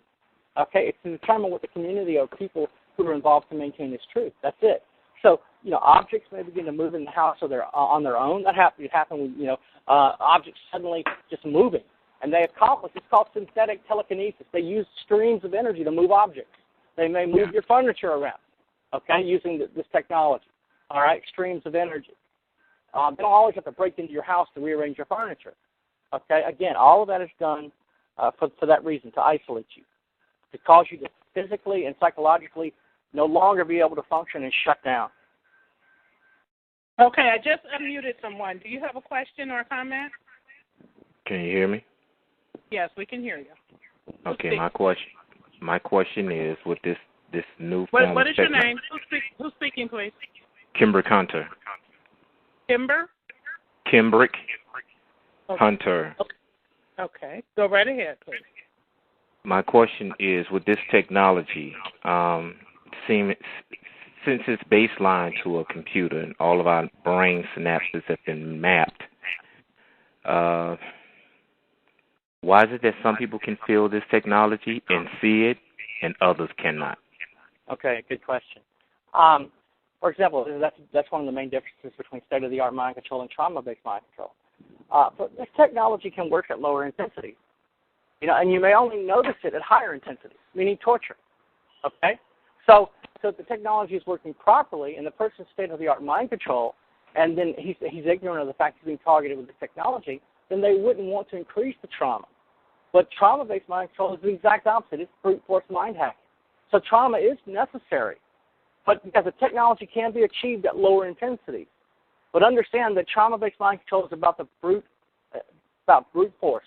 Okay, they need to use extreme pain and trauma, psychological and physical trauma, to force you, the mind control victim, to disassociate from reality, to shut down. The brain, your brain, okay, it automatically, instinctively protects itself from extreme trauma by fragmenting. What I mean is everybody is born with a core personality. Okay, by the time you're 6 or 7, your core personality is complete. Now, it's going to modify, introvert, extrovert, etc. It's going to modify and evolve over the years to your early 20s. Okay, but that core personality is set. Okay, what they need to do in order to force you to disassociate from reality is they need to use extreme brutal trauma, physical and psychological trauma, to the point that the brain instinctively begins to protect itself from that extreme trauma by fragmenting, by the core personality fragmenting into multiple personalities. That's how they create artificially induced multiple personality disorder. But that's not always necessary, depending upon which program you've been placed in. So if you're not being tortured when others are, it doesn't mean that they like you and they're taking it easy on you. It means that you're in a different program. You're probably not a monarch victim. Okay, you're probably they have all kinds of programs. They have Omega programming, which is suicide programming. They have what is it called? CAT program. I can't remember the name of it. Where they turn lust, a person's lust into, they just give them an insatiable appetite for sex and lust, and then they use that as a weapon. I can't remember the name. Sex Kitten? Is that the Sex Kitten programming? Well, I can't remember. No, but it is. I can't remember the name of it. Okay. But the point is, the answer to your question is this. Okay, that's a long answer. I could keep going. The short answer is this: mind control can be achieved at lower intensity, so it's not necessary to torture you, and you're only going to notice that you are the victim of mind control when it's at higher intensities. And when I say higher intensities, I mean torture. Okay, Kimber, has your question been answered? Okay, another question. Go ahead. Is this program or this weapon designed to murder people? Because at this point, I became a target in 2009. I began to notice the different oddities around my home and the people that I cared about, almost as if they were being programmed to emotionally break down, to fall apart with each other, or play one another against each other. And like Jay was asking earlier, is this particular device being used non-effective on Christians more so than those that profess not to have an actual relationship in Christ? That was his actual question. Do this device affect believers less in the ability to control them than those who don't have an active relationship with the Holy Spirit? And back on topic to what I was saying, around about 2010 is when I got the physical trauma. They induced a physical trauma on me. It didn't really work. It just made me more bold and aggressive in the things of God and humanity because I'm not used to violence. But is this program designed to just murder people because you don't fall into the category of being emotionally manipulated or controlled? Yes. The answer to your question is yes. And they have ways of doing it. There's slow kill and quick kill. Okay, slow kill technology, they have one of the weapon systems that they have is Satan. Satan, meaning silent assassination through an amplified neuron. Okay, they cause you to have a heart attack. They cause you to have congestive heart failure. They cause you to have a stroke. It's a weapon system. Remember I told you, this is a weapon system. Okay, it's basically primarily, it's premised upon neuro warfare. But they have methods that they use for training, research, and development. They do use people to create heart attacks or to create strokes. And the point at which the mind control victim suffers a heart attack, congestive heart failure, stroke, etc., that is an important metric in their technology. So they determine how best to kill people slowly with as much plausible deniability as possible. Now, with mind control, generally it's designed to kill you by using your own mind to get you to kill yourself. Call it, or I mentioned one of the ways, called mega programming, suicide programming. Okay, but there are other ways to do it. Okay, they amplify whatever destructive habits you have, and they amplify those destructive habits, turning them into a weapon to be used against you. So if you smoke, they make you smoke more. If you eat, they make you eat more. If you drink, they make you drink more. If you have an anger problem, they'll make you more angry, causes you to burn with a white-hot rage. You're just mad enough to kill somebody, okay? Whatever bad habits that you have, they amplify those with this technology, okay? And then they use that as a weapon against you. So there's slow kill and quick kill, all right? So it depends on what program you place into, but the answer to your question is yes, and that's how they do it. Okay, Kimbrick, I'm going to put you on hold. Thank you. Are you there? Yes. Okay, I'm going to put you on hold. Thank you. You're welcome. And to answer Kimbrick and Jay's question about whether or not this program is less effective on Christians, my answer would be yes. I do believe, because our faith sustains us, that it is not as effective, because we know how to go to God in prayer. And we believe, and we have faith. So I personally believe that this program is not as effective on Christians. That's if you're demon possessed, and a man of God can get to you fast enough, they can exercise that demon out of you. But there's a scientist who said that there's once this technology gets in your body, there's no exercising it out of you. Okay, but understand that the remote neural manipulation is designed to fool you with regard to the people who have very little understanding of the doctrines of their faith, of their religion, and who have no understanding of biocommunications warfare, of this type of communication technology, synthetic telepathy, the voice of God, etc. They're more easily manipulated. People who are doctrinally sound, born-again Christians who know the Bible, who understand, then it's more difficult to turn a good person into a bad person with technology. But can they use it to destroy your faith? Some cases, yes. Some cases, no. It depends on. They do target the frontal cortex of your brain with streams of energy at higher frequencies in order to try to subdue your faith. Okay, but again, they may have the total opposite in store for you. They may be trying to radicalize your faith, but they will do it by targeting the frontal cortex region of your brain with streams of electromagnetic energy.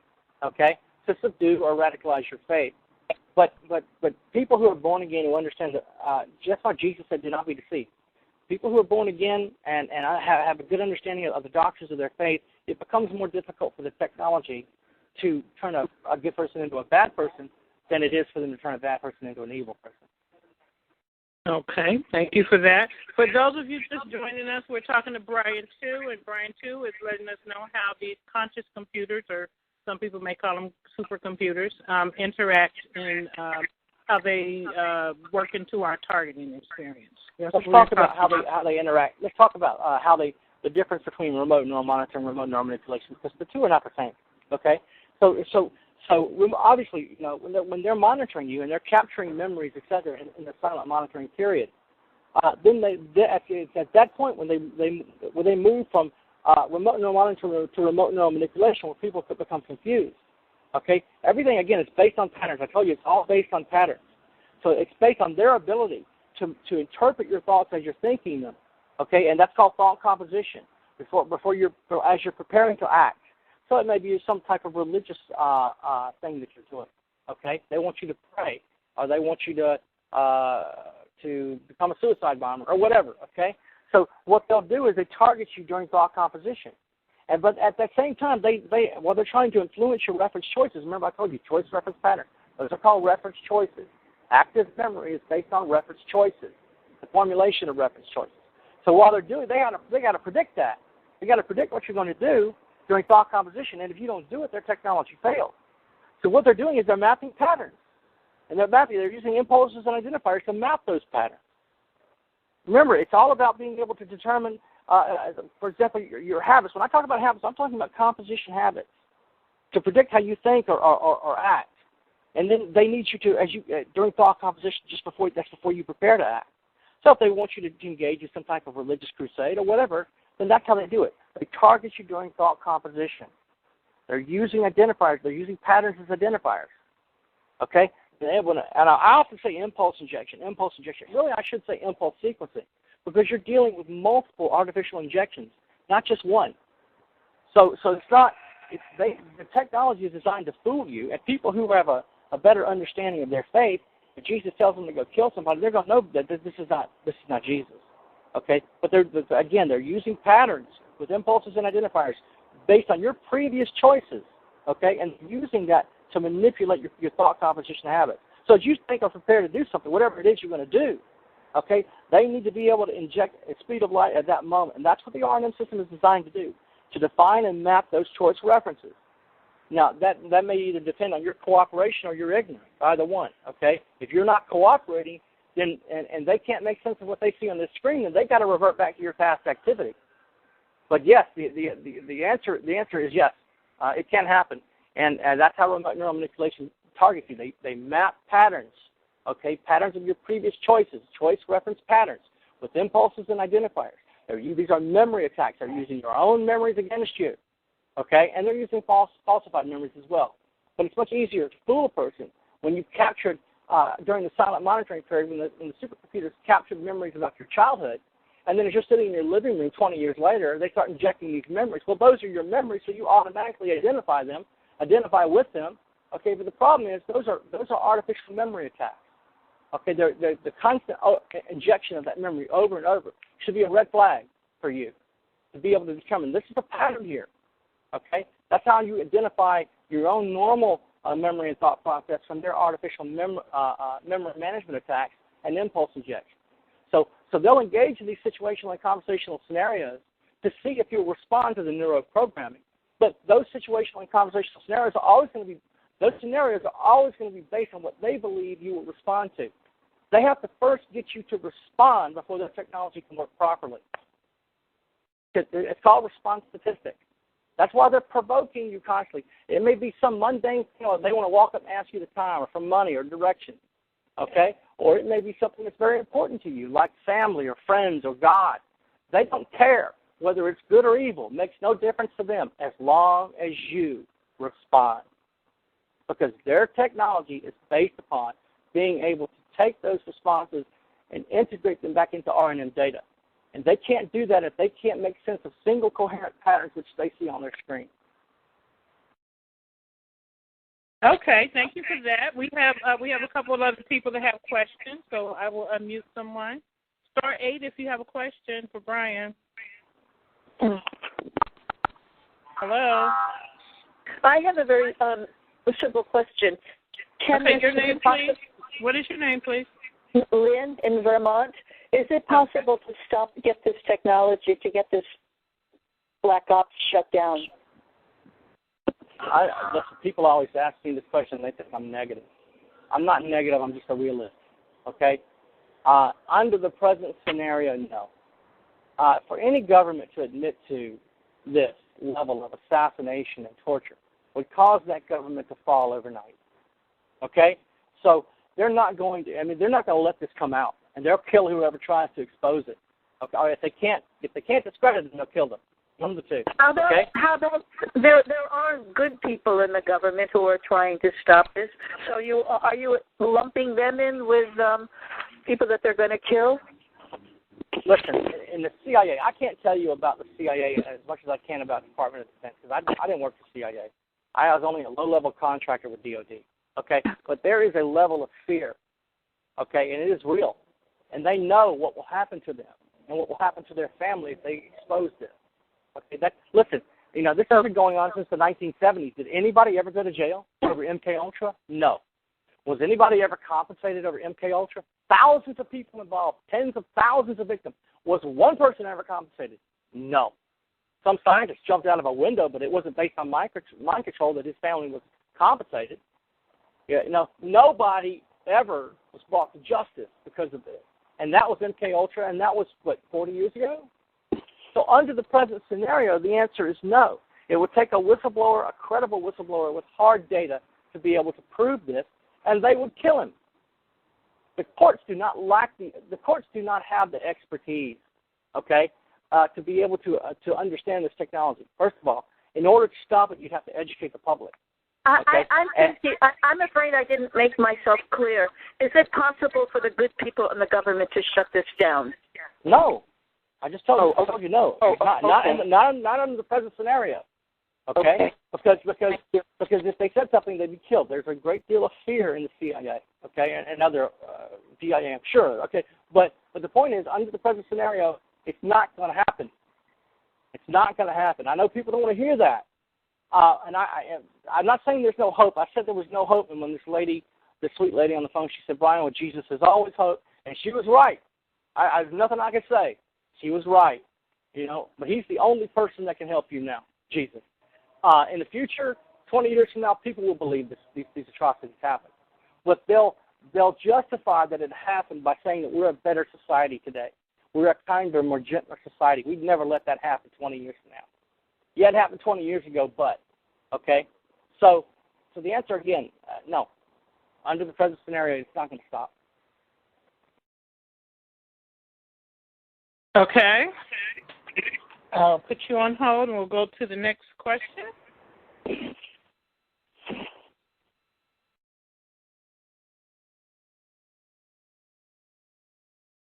And you know, Bryan, I was thinking, imagine all the lawsuits the government would have.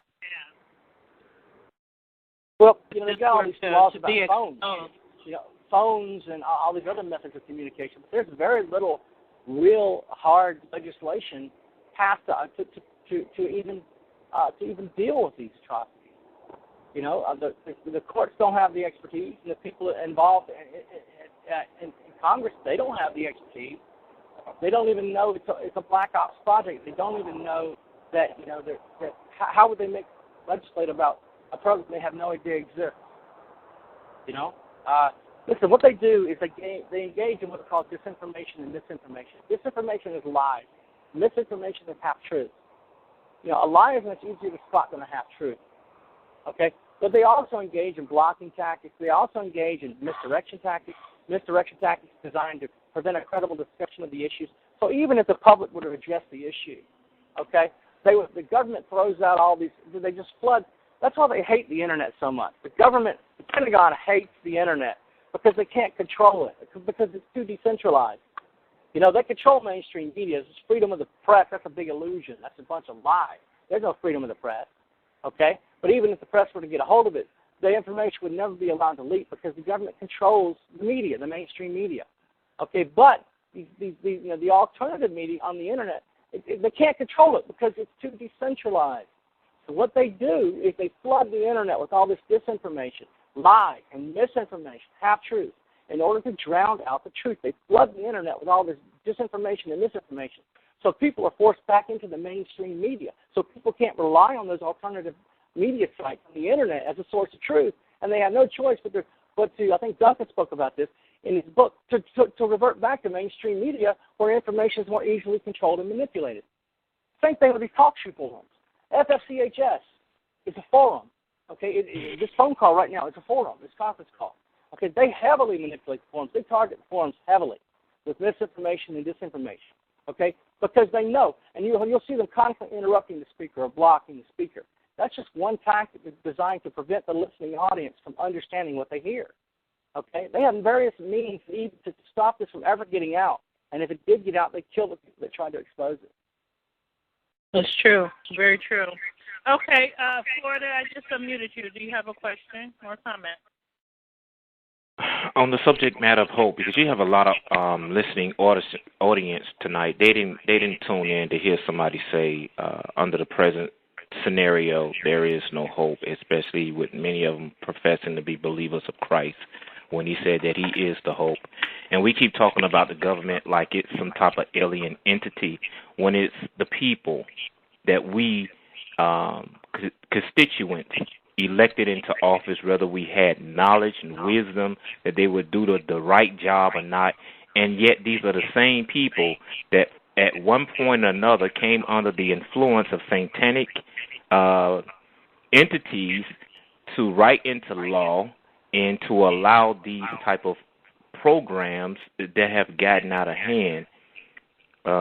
Is there, to give the listening audience a better sense of hope, is there some way to defeat the neural links to the main computer, since they're using our brain as a computer, like a Wi-Fi link, that they can begin to practice to use in their faith in Christ to bring down the system themselves individually, so that no one's life is put into peril by going to their leaders at this point, since we've heard the absolute truth that even they are afraid of this entity any longer with the wrong objectives? The answer to your question is yes. There are things that you can do to defeat the technology. There are 4 methods of shielding, okay? People talk about shielding a lot. Well, there are 4 main methods to shield from this technology. There are many methods to shield, but from this technology, there are 4 main methods. Passive shielding, mental shielding, chemical shielding, and what's called electronic jamming, okay? Of the 4, the only one that we know that would work for sure is electronic jamming, but it's not possible for targeted individuals to electronically jam these signals because the equipment alone, the hardware alone, would cost a fortune. And targeted individuals do not possess the skill and expertise to operate such hardware to begin with. This is the one, electronic jamming does work, but in order for a person to be able to jam the signal, they first would have to be able to isolate the signal. And this supercomputer, the R&M system, which is attacking you, is not just automated, it's also active and adaptive. So when you're dealing with passive materials that you're trying to shield from an active system, you find out real quick that passive materials and passive shielding is useless against an active system. Now, I'm not saying that don't shield, if it gives you some relief at certain frequencies, yeah, sure, you should shield, okay? But understand that the only present defense that they have right now shielding against this technology is electronic jamming, and we don't have the hardware and we don't have the expertise to operate it. The other 3, passive shielding, works it's almost totally ineffective, but some people claim it does relieve their symptoms to some extent. And that's the use of passive materials like metal and Teflon and other materials to shield Faraday cages, etc. That's called passive shielding. And it does have a limited effect at certain frequencies.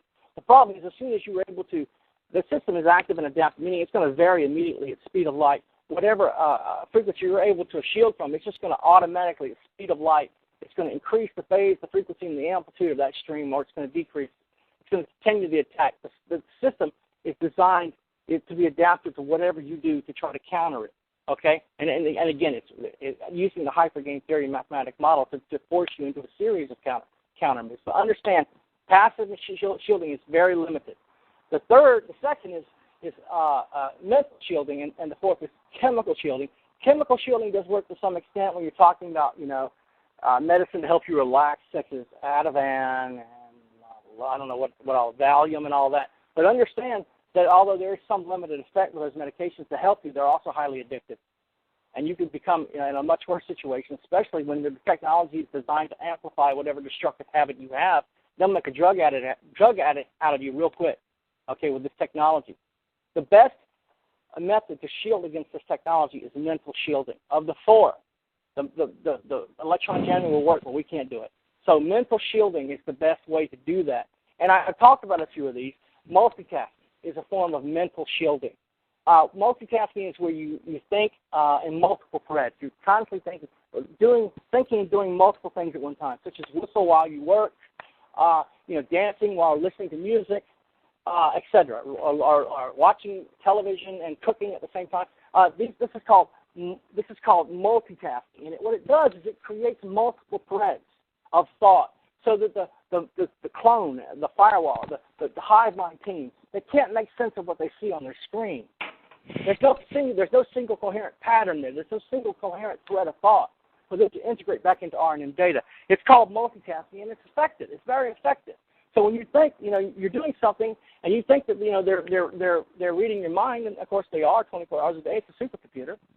Then if you start singing to yourself over and over while snapping your fingers, that's called multitasking. That's called doing more than one thing at one time, thinking in multiple threads of thought. You're not actually thinking in multiple threads. You're actually toggling back and forth. But it creates multiple patterns on their screen, which they can't make any sense of. Okay? In order for it's called integration completion. In order for the technology to work properly, in order for integration completion to be achieved, the R&M system has to be able to minimize all external interference. and without your response to their specific impulse injections, their memory attack, etc., then there's no way. The verification process breaks apart. There is no coherent pattern for them to establish and integrate back into RNN data. That's called multitasking, thinking in multiple threads of thought. So if you ever want to confuse them, just start whistling and just snapping your finger at the same time as you're walking down the sidewalk, or whistle while you work, or listening to music is very effective. Listening to music is the best shield that I have discovered of all the things that I've learned.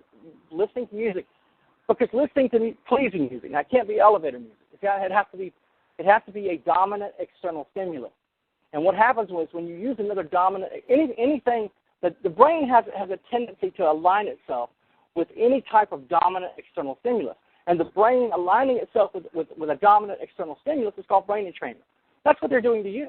The supercomputer is constantly subliminally injecting with visuals, entrainments, etc., to entrain your brain constantly 24 hours a day. But when something else becomes the dominant external stimulus, such as watching a movie or listening to music, etc., then your brain is trained away from their system, and their technology is disrupted. The mind control fails. So you want to break brain entrainment, first of all, and one of the ways to do that is by creating a dominant external stimulus, and pleasing music is the most effective. It breaks brain entrainment. It also, listening to pleasing music also lights up the mind, just about every area of the mind, and it creates all this additional energy, this additional electromagnetic energy inside the neural pathways of the brain. So again, the mind control, the CIA, DIA hive mind team, the supercomputer, it can't make sense of what it sees on the screen. There's all this additional energy. Okay, it's effectively what's happening is pleasing music is creating this additional electromagnetic energy inside the neural pathways of your brain, effectively jamming the information and injection feedback loop. Okay, so there's no way.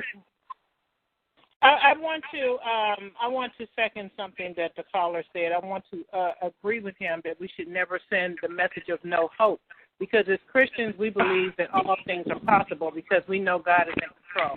And when we lose hope, then we stop. Let me just finish my thought, please. Because when we lose hope, we stop fighting, and that's just where they want us, in a very vulnerable position where we just go into survival mode. And we learn how to cope, but we don't fight. And I believe that we should fight this until the day we die. And so I know that God is in control of all things. So I want to agree with the caller that there is hope. And I want everybody to know that there is hope. I don't care about these supercomputers because they're not in control. God is in control. So and that's what the lady told me on the phone. She said, Bryan, there's always hope with Jesus. And like I said, she was right. But yeah, he's the only person that can help you. And if you don't know Jesus, I'm not here to bash you over the head with religion. I'm just saying you got bigger trouble than mind control. You don't know Jesus as Lord and Savior. But the guy was asking, and I'm sorry, I dropped my earphone, so I wasn't able to hear what you said. I didn't mean to interrupt you. The guy was saying, what else can be done? So you know that listening to music breaks brain entrainment, and that's a form of multitasking. Listening, doing multiple things at one time. Spontaneity. We were talking about that earlier. Renata, you remember we were talking about spontaneity earlier, weren't we? Did we talk about that? Okay. Yes, I think we did. I want to say, too, when you mentioned listening to music, I sing a lot. I listen to music through my earphones, and I sing a lot, and that really irritates the stalkers, number one. It really irritates them because I'm not paying attention to them. But it makes sense when you said if you make something else a more dominant factor, that it kind of disrupts. And I also want to throw in there meditation. Meditation has helped me tremendously. Yeah, and whatever helps is what you should do. I'm not saying that there's no hope. I'm saying that under the present scenario, the government's not going to help you. And basically the only help you can rely on is God. But spontaneity is another effective method to defeat their technology, to disrupt their technology. Remember, it's all about the establishing patterns. Patterns of your choice reference patterns of previous thought, during thought composition before you prepare to act. Well, they have to predict your choices. If the supercomputer can't predict your choices at speed of light, if it can't do that, then there's no way for them to verify their technology. So every day, although you don't know it, every day this computer is predicting your choices. Okay, it's doing it. It's all automated. Okay, so if you're spontaneous, say for example you decide to go to the grocery store, the supercomputer reads your mind, says he's headed to the store. Okay, so they're going to have people behind you. They're going to have people in front of you. They're going to have people waiting at the store entrance, and they're going to have people in the aisle where the peanut butter is, which is why you're going to get to the store to get peanut butter, all to verify that their technology is working properly. But if you're spontaneous, if you use spontaneity constantly every day of your life, okay, then you break the pattern because the prediction is broken. The pattern is broken. It doesn't matter that they know you're being spontaneous. They sit there, well, what they believe or their opinion is not what they're there for. They're there for the data. They're there for the hard research data. Okay, they're there to develop patterns. And when you do something, excuse me, Bryan. I'm going to tell Kimber, thank you. I'm going to put you on hold and take the next person. Thank you, Kimber. You're welcome. Okay. Bryan, what is the difference between, why is it that they choose to give some people the voices and some people the stalking? Why don't we all get everything? Bryan? Oh, did I lose him? Bryan, are you there? Did he get put on hold? Star 8 if you're on hold, Bryan. I think I lost him, you guys. Let me try to give him a call.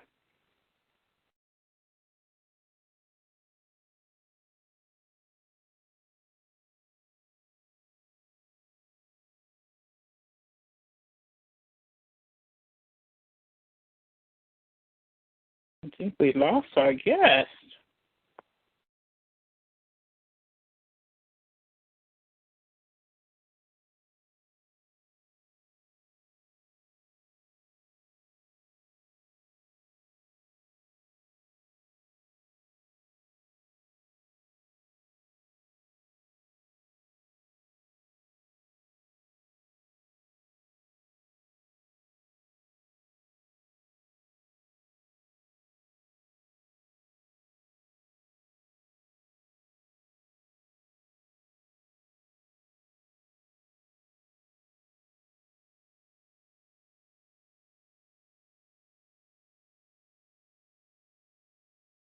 Okay, he's going to call back in. We got disconnected.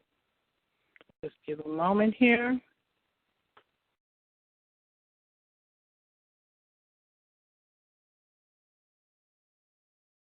I hope you guys are getting something out of this. I think it's very informative. Just waiting for him to call back in. And then we'll take a call from Vermont and then Arizona.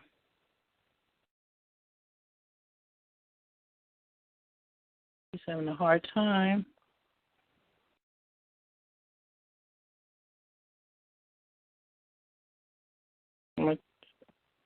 Okay, he's here. Star 8, Bryan, so I can see you.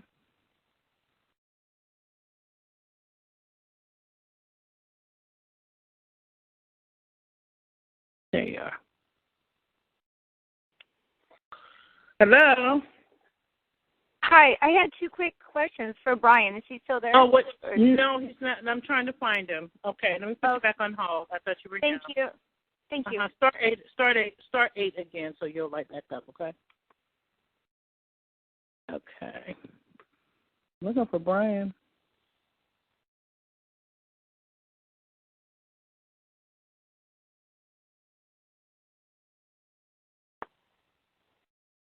Hello.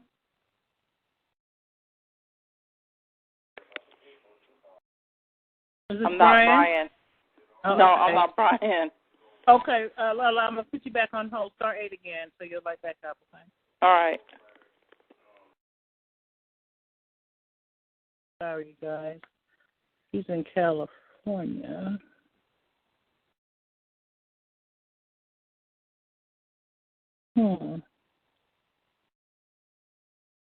Okay, I'm going to try calling him again. Hang on.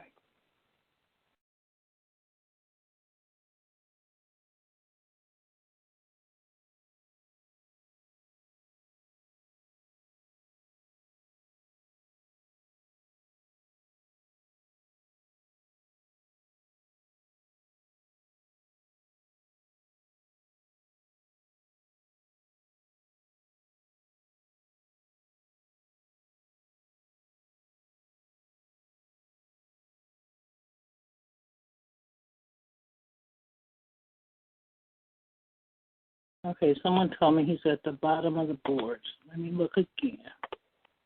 Thank you for the person in the chat room who gave me that information. Let me look. Oh, okay. Bryan? Hi. Okay. Sorry, I had a hard time finding you. The call hung up. Sorry about that. I don't know what happened. No problem. And thank you, Writing the Wind, for letting me know that Bryan was on the call at the bottom. So, Bryan, we left off. I was asking a question. How do they base the decision on how to target a person? I do know that it goes off your reactions and all of their observations of you. But I'm wondering why some people get the voices and some people get the stalking. Why? Again, it all depends on the program that they placed you in. Okay, remember there were hundreds of programs at MK Ultra, and that was decades ago. So it depends upon the program. And what they use what are called chatterboxes. These are one of them is called TAMI, Thought and Memory Interface. Chatterboxes are basically automated special language software. And this automated special language software is designed to engage you in dialogue, not just, your thoughts.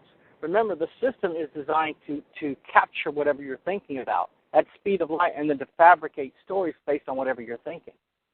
So you actually believe, can you hear me?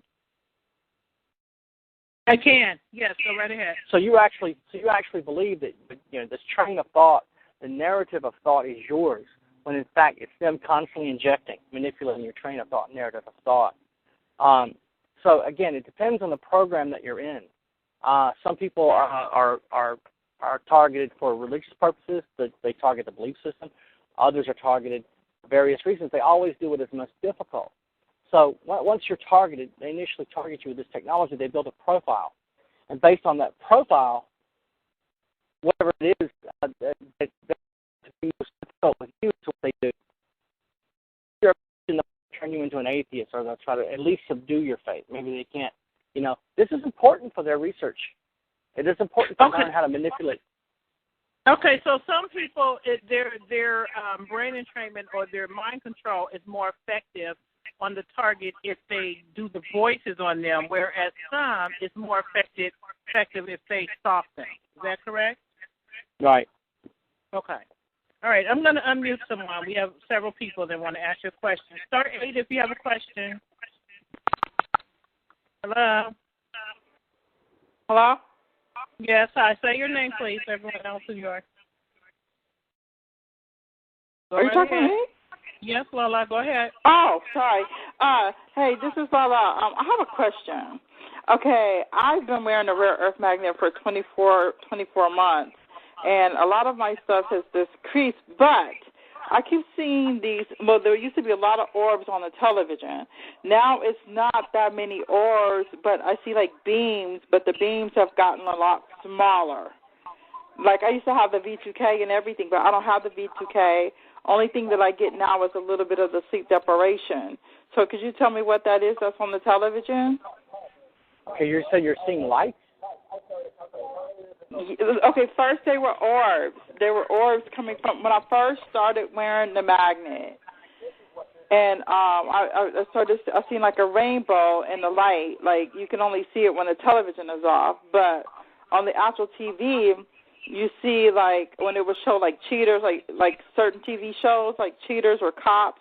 Wherever you can see, wherever the sun is, you can see like these orbs.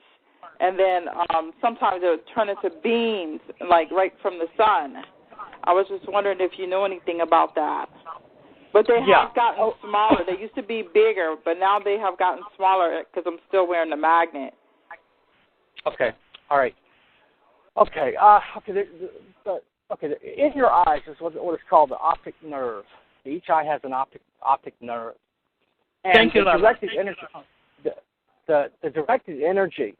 Well, this is actually one of the universal byproducts of all people who are targeted with this technology. It's tinnitus and what are called phosphenes. What I'm going to describe to you now is called phosphenes. Okay? What phosphenes are light, streaks of light, and flashes of light, etc., caused by the optical nerve being stimulated by the stream of electromagnetic low-frequency waves that are targeting your brain with to manipulate your memory. Okay, but other people can see it, though. I'm not the only one that can see it. Other people can see it too. Okay, I remember a large part of what they do, okay, is based on deception and manipulation. Okay. Now, they deceive you and manipulate you. So what they do is a game of deception and manipulation, nothing more. Never forget that. That's what all mind control is about: deception and manipulation.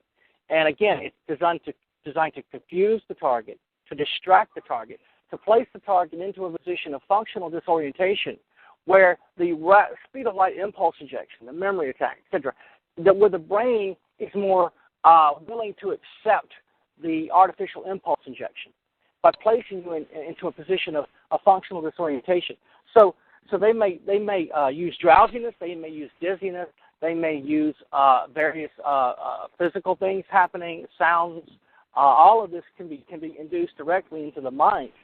If other people can see these orbs of light, it could be just designed to distract you. I'm not saying it's not them, but again, it's fear and paranoia, etc. Their tactics are designed to constantly keep the target individual in a position, in a state of fear and paranoia. It's designed to do that. Okay, why? Because they're trying to map out your brain. They're trying to build a cognitive model of your mind. And so, but I'm not scared or anything. But the various reasons why they do these. But the thing is, what you need to understand is, some people have other things happening to them. They have, and I'm not saying that this is a complete answer for your problem. I don't know. I'm not there. I didn't see it. But I can tell you that they engage in these activities, okay, in order to provoke you into various responses which can be remotely measured. So they need to provoke you across the entire spectrum of emotion, from love and hate to lust and fear and paranoia and despair and other things. Okay, so they're constantly keeping you in a state of fear and paranoia, or provoking you into some other type of emotional reaction, and they use these stimuli, these colors or objects or symbols or sounds, etc., lights, to provoke you constantly because they're mapping out each synaptic response of your brain.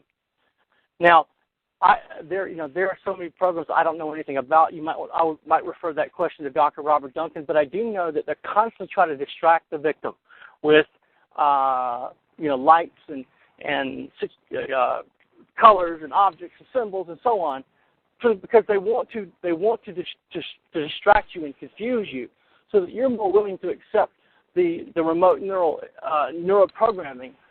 And I don't know if it's true in your case. I can't say for sure why they're doing it. A lot of times these orbs that they've used in the past, I heard one lady talking about it, that they were following her, that these lights were actually I had them do that too. I had them do that at first. Yeah. And I do know they have a technology where they use plasma orbs for tracking devices. But I can, the best I can tell you is that it's probably happening to you because they're trying to provoke you into responses. Okay. But they're not getting any response. They're not getting anything out of me. Only thing that they're doing to me now is just I get a little bit of the sleep deprivation. All the holograms and the V2K, I don't have any of that anymore. I'm still wearing a magnet. I'm still wearing a magnet, and I'm going to take it off.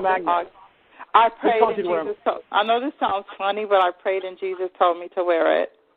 Okay, oh my gosh. Okay, listen to me, okay? Dwight Mangum gets on these calls and tells people to tape aluminum forehead to their tape aluminum foil to their foreheads, okay, and wear magnets in their socks. Okay, all that's not helping you one bit. All it does is discredit you, even by listening to such nonsense. Okay, by having a magnet next to you, it's not going to help you. Even if you were able to build a magnetic shield, it would still have to first be chaotic. In order for holding a magnet, sleeping with a magnet in your sock or next to your head at night is not going to help you to stop anything. Don't listen to Dwight Mangum and the other people that tell you No, I'm not listening to Dwight. I'm not. I don't even know Dwight. I'm telling you, I was really getting tortured, and my stuff is really leaving. Like, for real. I would tell you, Bryan, because I know Lala used to get multiple voices at one time in her head. And 7 different people in her head for voices. And she started wearing the rare earth magnets, and she's been doing it for almost 2 years, and she no longer skips the voices. So she has seen results from the... Well, the results the results have nothing to do with rare earth magnets. I promise you. Now, it may be that they want you to correlate those results with the fact that you wear rare earth magnets. They do that. Okay. Again, it's designed to distract you, confuse you, and discredit you, etc. Okay. But you're not no longer getting V2K because you got a rare earth magnet around your neck. It's just not happening. I promise you. Okay. It's not happening. So the magnet it's not responsible for doing anything. Now, if you were able to build a magnetic shield, and you were able to create a magnetic shield that was chaotic, but again, it comes closed with chaotic, and I'd have to refer you to Dr. Robert Duncan for that. I just don't know that there's any way to do that. It would help. But for example, let me thanks, Lala. We're going to take the next. There's other people waiting. Thank you, Lala. All right. Okay, yeah, so I want to ask you a question, Bryan. So are you saying that these hive mind teams, in Lala's case, where she definitely sees a difference since she's been wearing the magnet, so are you saying that they decided to stop voices for her, or? Well, I mean, everything, for them, it's all about the technology. They don't care about magnets or anything else. They care about their technology. So everything's designed to confuse and distract the targeted individual. For example, every time they introduce a stimulus, they'll also introduce some type of situational scenario to back up that stimulus so that the targeted individual, the mind control victim, believes that this is happening. For example, they'll be attacked every time the neighbor comes home. And so the targeted individual, the mind control victim, will begin to correlate the pain and the symptoms that they're suffering with the fact that their neighbor just drove up in the driveway, and it happens every day, and therefore my neighbor's attacking me. This is just an example. Okay, it's called indirection. Okay, it's an example of what can they do. What can they do to distract and confuse the mind control victim? It's all about research for them, training, research, and development. Okay, so it's not just magnets. Okay, it's anything. Because they want to see what you can maintain as truth. But I'm just trying to figure out in her case, so would that mean that they turned the frequencies down on her because she absolutely does not get the voices anymore? So did they turn down the frequencies down or what? Exactly. For whatever reason, they chose to target her in a different method.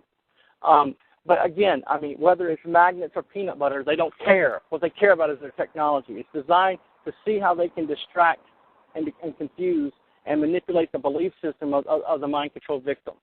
What can they maintain as truth?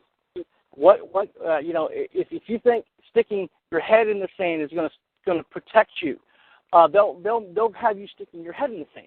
If you think wrapping your head in aluminum foil will protect you, then they will structure their attacks in a way that you don't suffer pain when you've got your head wrapped in aluminum foil. Aluminum foil is not doing anything. It's just that they're using it to manipulate your belief system.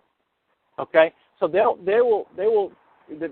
technology is designed to destroy the credibility of another person by having them engage in activities which seem to the casual observer to be just absolutely ludicrous, or the person who's casually listening to the conversation. It just seems like at the end of the day that the person is discredited because they were manipulated into believing this way. So this is just one. Right. Okay. All right, I want to tell this lady right now. That V2K is not stopping because she's got a rare earth magnet around her neck. It's just not happening. I promise you that. I promise you. I'm glad that you're not having the attacks anymore. It's not because you're wearing a rare earth magnet around your neck. But what was I thinking? Superconductor materials should block the signal. We were talking about shielding earlier. Superconductor materials would block the signal. Oh, I'm walking in front of us. I'm at a train station.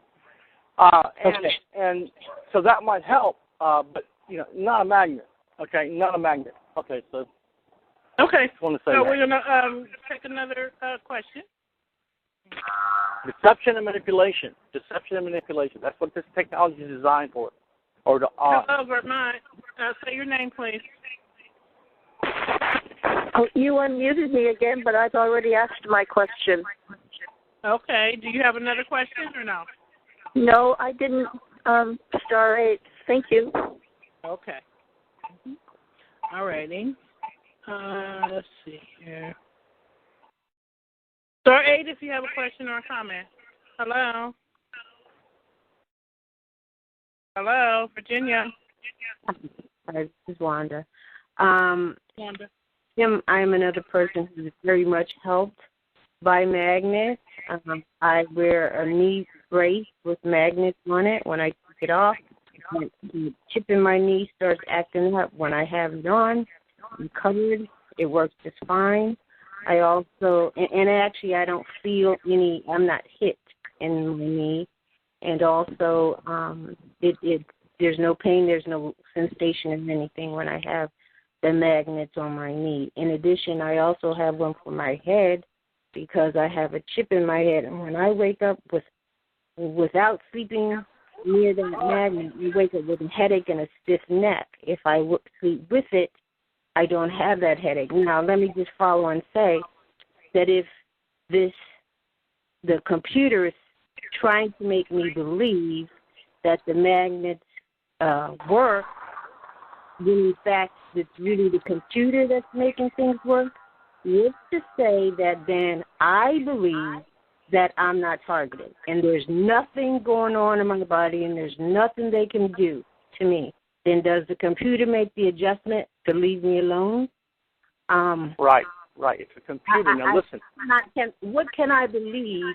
What can I decide to purchase or activate in my life as a protection? And then the computer is going to say, okay, we want her to believe that this works.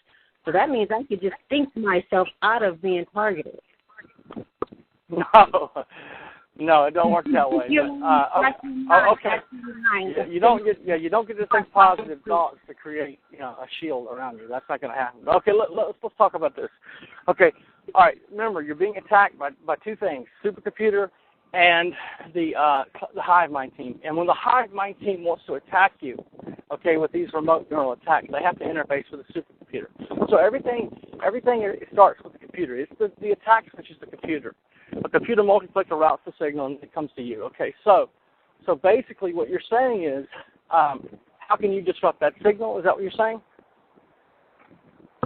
What I'm saying is I'm following your line of thinking in that if I use magnets, and the only reason why the magnets are helping is not the magnets, but it's the computer making the adjustment because I think the magnets are helping me, then I can employ other things in my life to continue to reduce any kind of targeting that they're doing to me. That because your response to Lala was that I guarantee you it's not the magnets, it's the computer making you believe that it's the magnet. So then my line to do that even further, then, okay, so then I can do something. I can use magnets, and I can add to the magnets and just continue to reduce my suffering or my targeting following that line of thinking that I'm going to make the computer try to make me believe that these things are working, and then as a result of that, I'm feeling better. Well, whether you're feeling better or not, is not what I'm trying to say. The point I'm trying to make is that you subjectively you can't. The system is designed to manipulate your memory and thought process, and they'll use whatever it takes, whatever you respond to. Whether you believe that the magnet is shielding you, that doesn't matter to them. All that matters is that your memory and thought process is effectively manipulated by this technology. Okay, so whether it's magnets or whether it's some other passive material, it's not the passive material is not defeating the technology. They don't want you to believe that. Okay? Because, again, it's all about deception and manipulation. But that's not what's happening. So whether it's happening to you this way or that way, that doesn't change the fact that magnets cannot stop this technology.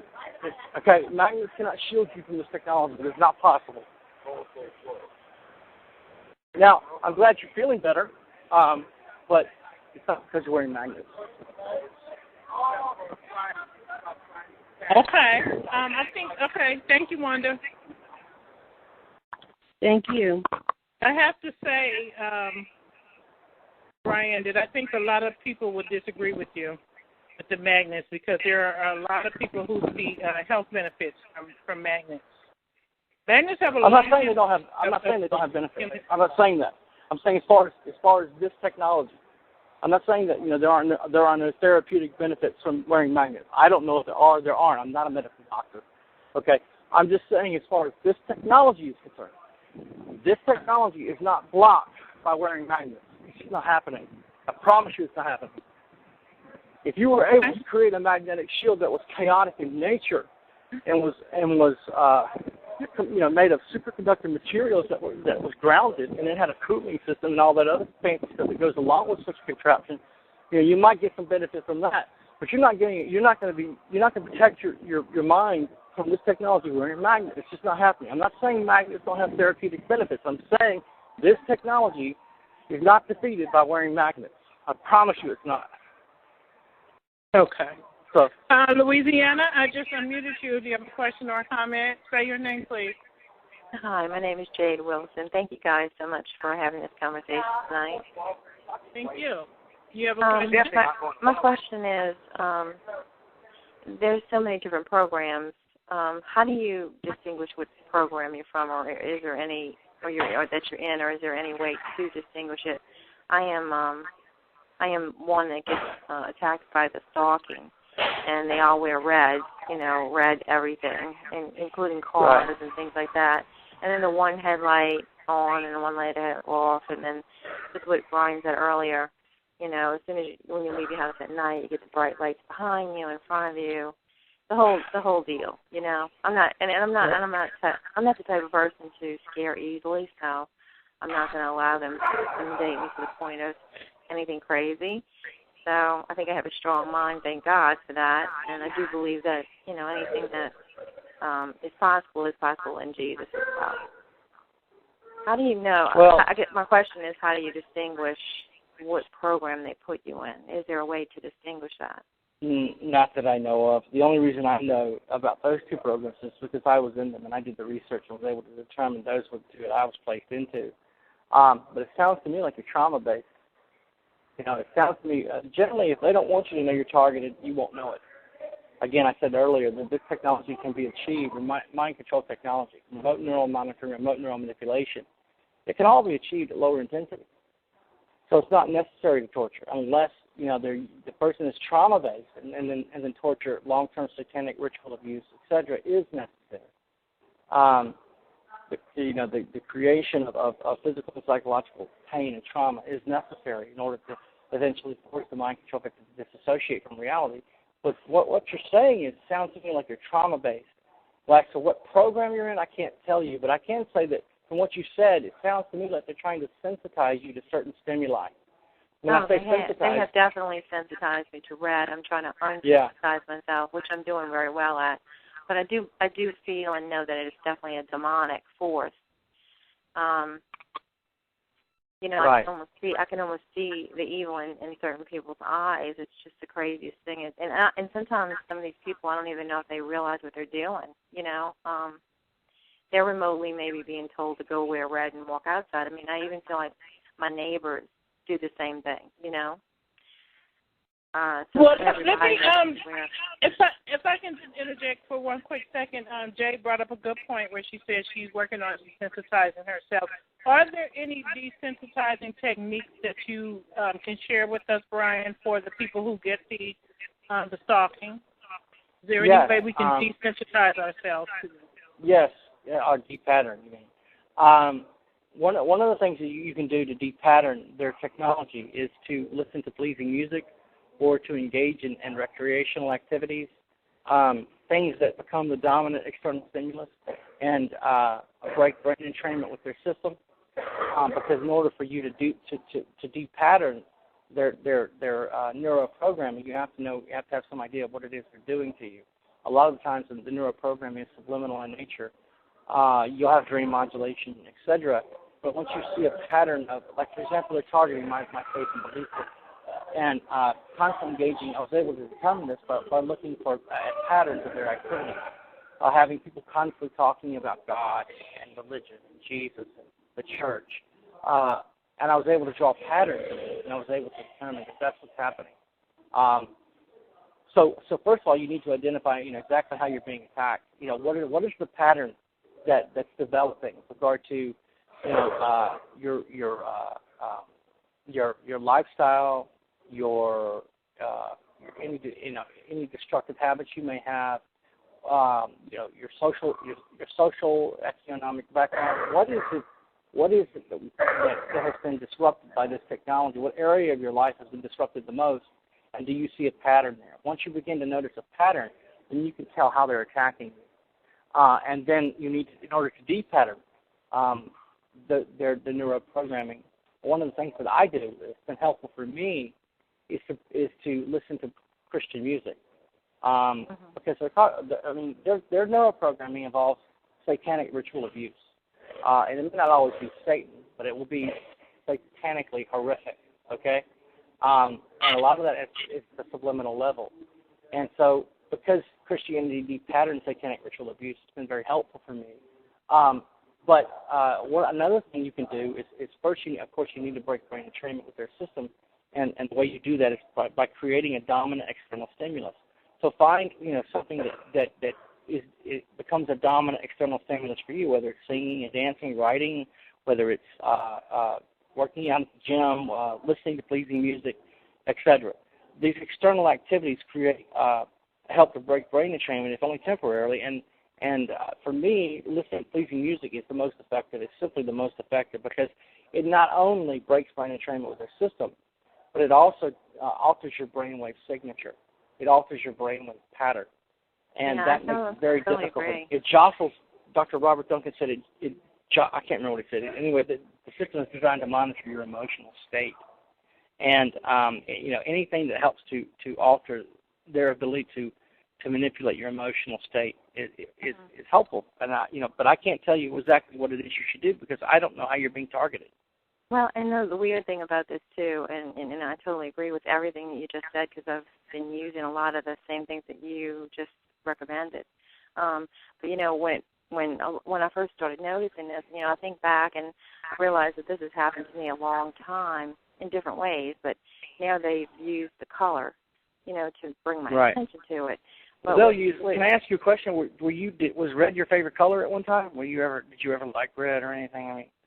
No, the weird thing is I bought a new red car in August, and ever since I bought the car, which is not the normal color I would normally buy, it's just something that they did just to kind of, make me see it. But it's so strange. It's almost as if they have a movie studio close by where they have all these recreational vehicles and people and actors just ready to just say, okay, go down this street, go down that street. It's almost like they have walkie-talkies to do this kind of thing. She was getting ready to leave, or she started her car, or whatever. But let me tell you a little bit about the Christian thing. I'm definitely a baptized Christian, and I'm a Christian woman. I'm naturally a sinner. I'm not perfect, but from a Christian standpoint, I was approached by someone that I did not realize was a psychic. And I guess this was something on purpose that targeted me too as well. And this happened years ago. Can I go up? I didn't realize. Okay. I didn't realize this woman was a psychic. She claimed to be a prophet of God. And she started telling me, about people in my family that were deceased. And then right then I realized I asked her to stop. And before I knew it, she had already said enough. And I kind of feel like I was cursed in a way from that. And, it's led to more things. So this is definitely a demonic, satanic attack on all of us. It's the main core of this. And it is designed to drive you crazy or make you look insane to everyone else, which, so I actually deem myself very intelligent. And I wonder if that's one of the reasons why, that I was chosen is because I believe I have high intelligence, not just mentally, but street smarts. So I want the cookie to crack. Well, okay. Again, you were chosen because you fell into one of those 4 categories. That's why you were chosen. I'm chosen because why? I'm sorry. Judicial target, extrajudicial target, target of opportunity, or lucrative target. That's why you were chosen. You fell into one of those 4 categories. And it sounds like to me what they're doing is they're running you through some type of verification routine. Constantly running you through a verification. That's it could be. I'm an activist for the right things that in the community and stuff. I'm conservative though, but I did go against sort of a big machine politically, and that's possibly why, But I don't know that that's all of it, because I do remember back when I was little having weird things happen to me. So, I'm just guessing. That we're all just guessing, I guess. Nobody really knows. That's the big question, why. But I'm glad that you said that, because I just started doing that more, and listening to music does definitely help, and actually getting into the Word. Or it not only Spirit. breaks brain entrainment. It not only breaks brain entrainment with their system, okay, by becoming the dominant external stimulus, okay, but the pleasing music alters your brainwave pattern. And because it alters your brainwave pattern, they can't make sense of what they see on the screen. So they have no choice but to either revert back to your past activity or admit defeat of their technology. There's no other way around it. So listening to pleasing music is very effective. But what they're doing to all target individuals is they're constantly running into verification routines. The process is endless. It's the hypergame theory. It's just endless, and it's and it can be initiated by them at will. Okay, so once they verify that this color works on you or that color works on you, then that color or that symbol or that object, etc., is used in the next wave of harassment routine. It's just constant, continuous. So Bryan, let me ask you a question. How do you send a message to them that this color doesn't work on me? And by the way, you asked her about if red was her favorite color. Red and black seem to be their favorite, but they will use other colors on people. So my question to you, Bryan, is how do you send the message that this is not working on me? Do you just ignore it, or you not react? Right. Well, again, it's not enough that you respond, but you must respond to their specific stimuli in order for the verification process to work properly. Okay, so it doesn't matter that you respond to red if someone's walking down the street wearing red. You need to respond to one of their situational scenarios, conversational scenarios, that contains the color red in order for them to determine and be able to measure and gauge that their neuroprogramming is effective. Okay, so it sounds to me like what's happening with her is they're running her through some type of verification routine. And verification is a big part of the technology. Everybody has to go through it.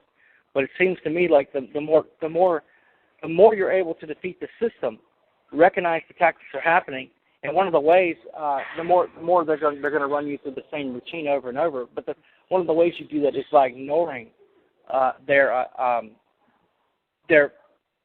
provocations. Remember, the provocations are there to provoke you into emotional reactions which they can remotely measure. Well, they can't remotely measure if there's no emotional reaction. So the first thing you do is you ignore them. Even if you do have an emotional reaction, you don't show it, because they need you they need to pitch you into some type of action or access sequence to determine the neuroprogramming is working effectively. If you don't do something or say something, if you don't respond in some way, there's no way for them to determine whether it's successful or whether they got to start over again, increase the frequency, etc. Okay? So one of the ways that you defeat their technology is by totally ignoring them, because it all starts with their ability to capture your attention. If the organized stalkers cannot capture your attention, then their technology fails. There's no way for the stimulant, there's no way for them to gauge whether the neuroprogramming is working properly or not if they cannot capture it. Again, they're looking for electromagnetic emissions of the brain. The supercomputer is downloading all electromagnetic activity of your brain.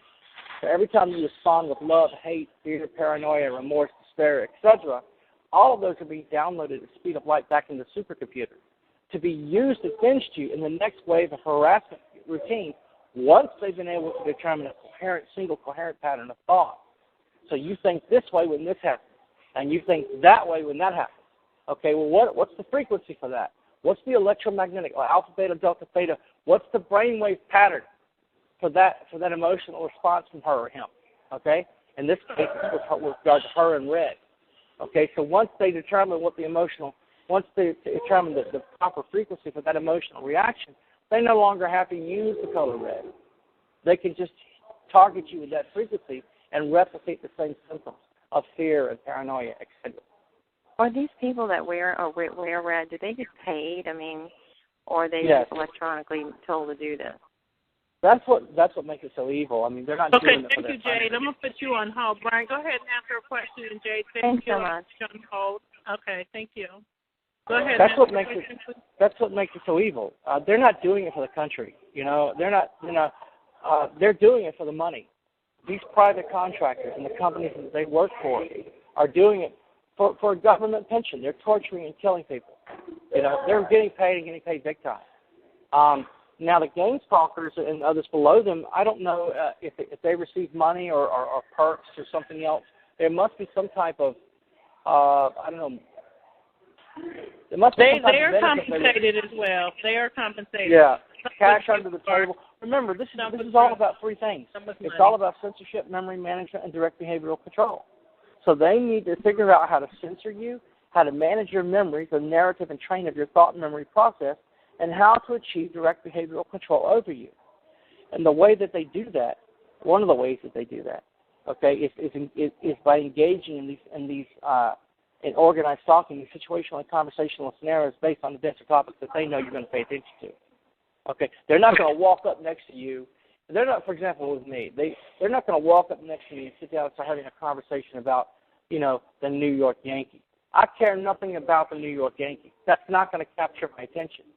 They're going to walk up and sit down next to me and start talking about the Atlanta Braves.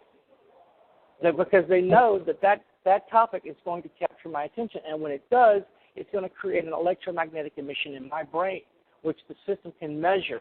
Again, they're measuring all synaptic responses of your brain, whole brain emulation, mapping out your brain.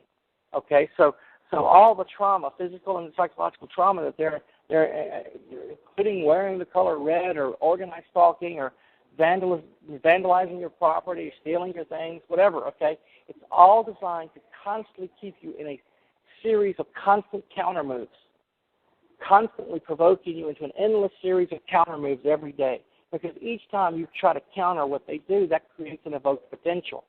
And that evoked potential in your brain is remotely measured by the supercomputer. Okay, so I just unmuted. Hart, did you have a question, another question or comment? I have a question. I want to give him just a brief scenario of this, and then I have a question. Bryan, did you come out of the defense industry? I was in the Department of Defense. I was a low-level security contractor for Department of Defense. That was it. Okay. I came out of the defense industry, the largest defense contractor in the world, Lockheed Martin. My husband was also an aeronautical engineer. Here's what happened, and then I'm going to ask you the question. They targeted my husband first. They murdered him. They knew we had $1 million in insurance. They took all the money, vandalized all of the assets that the money they didn't take bought, and basically rendered me in a constant state of anxiety. I was never fearful. I was just always mad, angry, and upset. And then they put the deception in there, playing on my psychology, knowing that I would automatically think the prosecutor was racist because my husband was a black man, and that's why they didn't act on pursuing the person who killed him and giving justice. So in other words, it was all these false flags thrown up, and I knew nothing until just about a year ago I found out about the program and I was targeted. Okay, so what they've used now is this constant desire, strong desire, because I had such a strong marriage and a good life, this strong desire to have a husband again. So they've used two people to create these traumatic situations. Okay, hold on. Wait, what I'm saying is, what is your question? Because I'm trying to follow you, and I'm trying to figure out where you're going. So have you asked me a question already, or are you going to ask me a question? I'm asking another question. Okay, what is it? Okay. Let me write this down because you're talking so fast I can't figure out what you're saying. Okay. All right, go ahead. I'm sorry. What I want to ask you is, have you seen a pattern of people that they select in the defense industry that they play a part in it? Yes. Okay. All right. Everybody's situation is different. So, everybody's pain threshold is different. Everybody's life is different. People are so different in their socio-economic, the way they live, they conduct their lives. That everyone's situation is different. The program that they're placed into is tailor-made for them. So they would engage in events incidents that would create trauma for you might not create trauma for someone else. Okay, so the fact that they hurt your family and the fact that they targeted your finances, these are all common steps that they do with the mind control victim to slowly break them down. Remember, the ultimate goal of mind control is to reconfigure your memory and thought process, to rewire the way you think. Okay? And in order to do that using trauma, they have to constantly create never-ending scenarios where the person is in a constant state of fear and paranoia, and using electromagnetic energy to amplify that state, because they're more likely to respond to the stimuli that they're using in order to effectively measure the neuroprogramming. So, what might be traumatic for you might not be traumatic for me, and what might be traumatic for me might not be traumatic for you. The point is this: you're using trauma to map out your sensory and neural pathways. When I say sensory pathways, I mean the sensory pathways of your central nervous system. So headaches and nausea and burning and itching of the skin, etc. Those are the sensory pathways of your central nervous system. That's what they're mapping out. The psychological trauma is done to target the will, intellect, and emotion. So they're targeting your will, intellect, and emotion, first to map out your brain into a cognitive model so they can achieve direct behavioral control over you by, in this case, by rewiring the way you think, to reconfigure the way you think, your memory and thought process. So the constant targeting of your family and the destruction of your finances and the destroying your life, notice it's done in increments. It's done a little at a time, not all at once. Okay? Again, that's how trauma-based mind control works. Okay? They must, in order for whole brain emulation to occur, this takes many years. It takes a long time, and decades. Some people take decades. That's what's happening. They're using trauma to reconfigure your memory and thought process. That's why they're targeting your finances and their destruction, so that you have no resources to fight back, to flee, to make their job more difficult.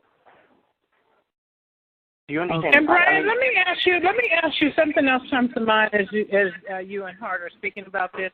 What about these framings that they do when they set people up intentionally? I know that it is about getting the target into one of their systems, either the psychiatric system or the penal system, meaning jail. But what do you have any information on that? On this whole framing thing that they do?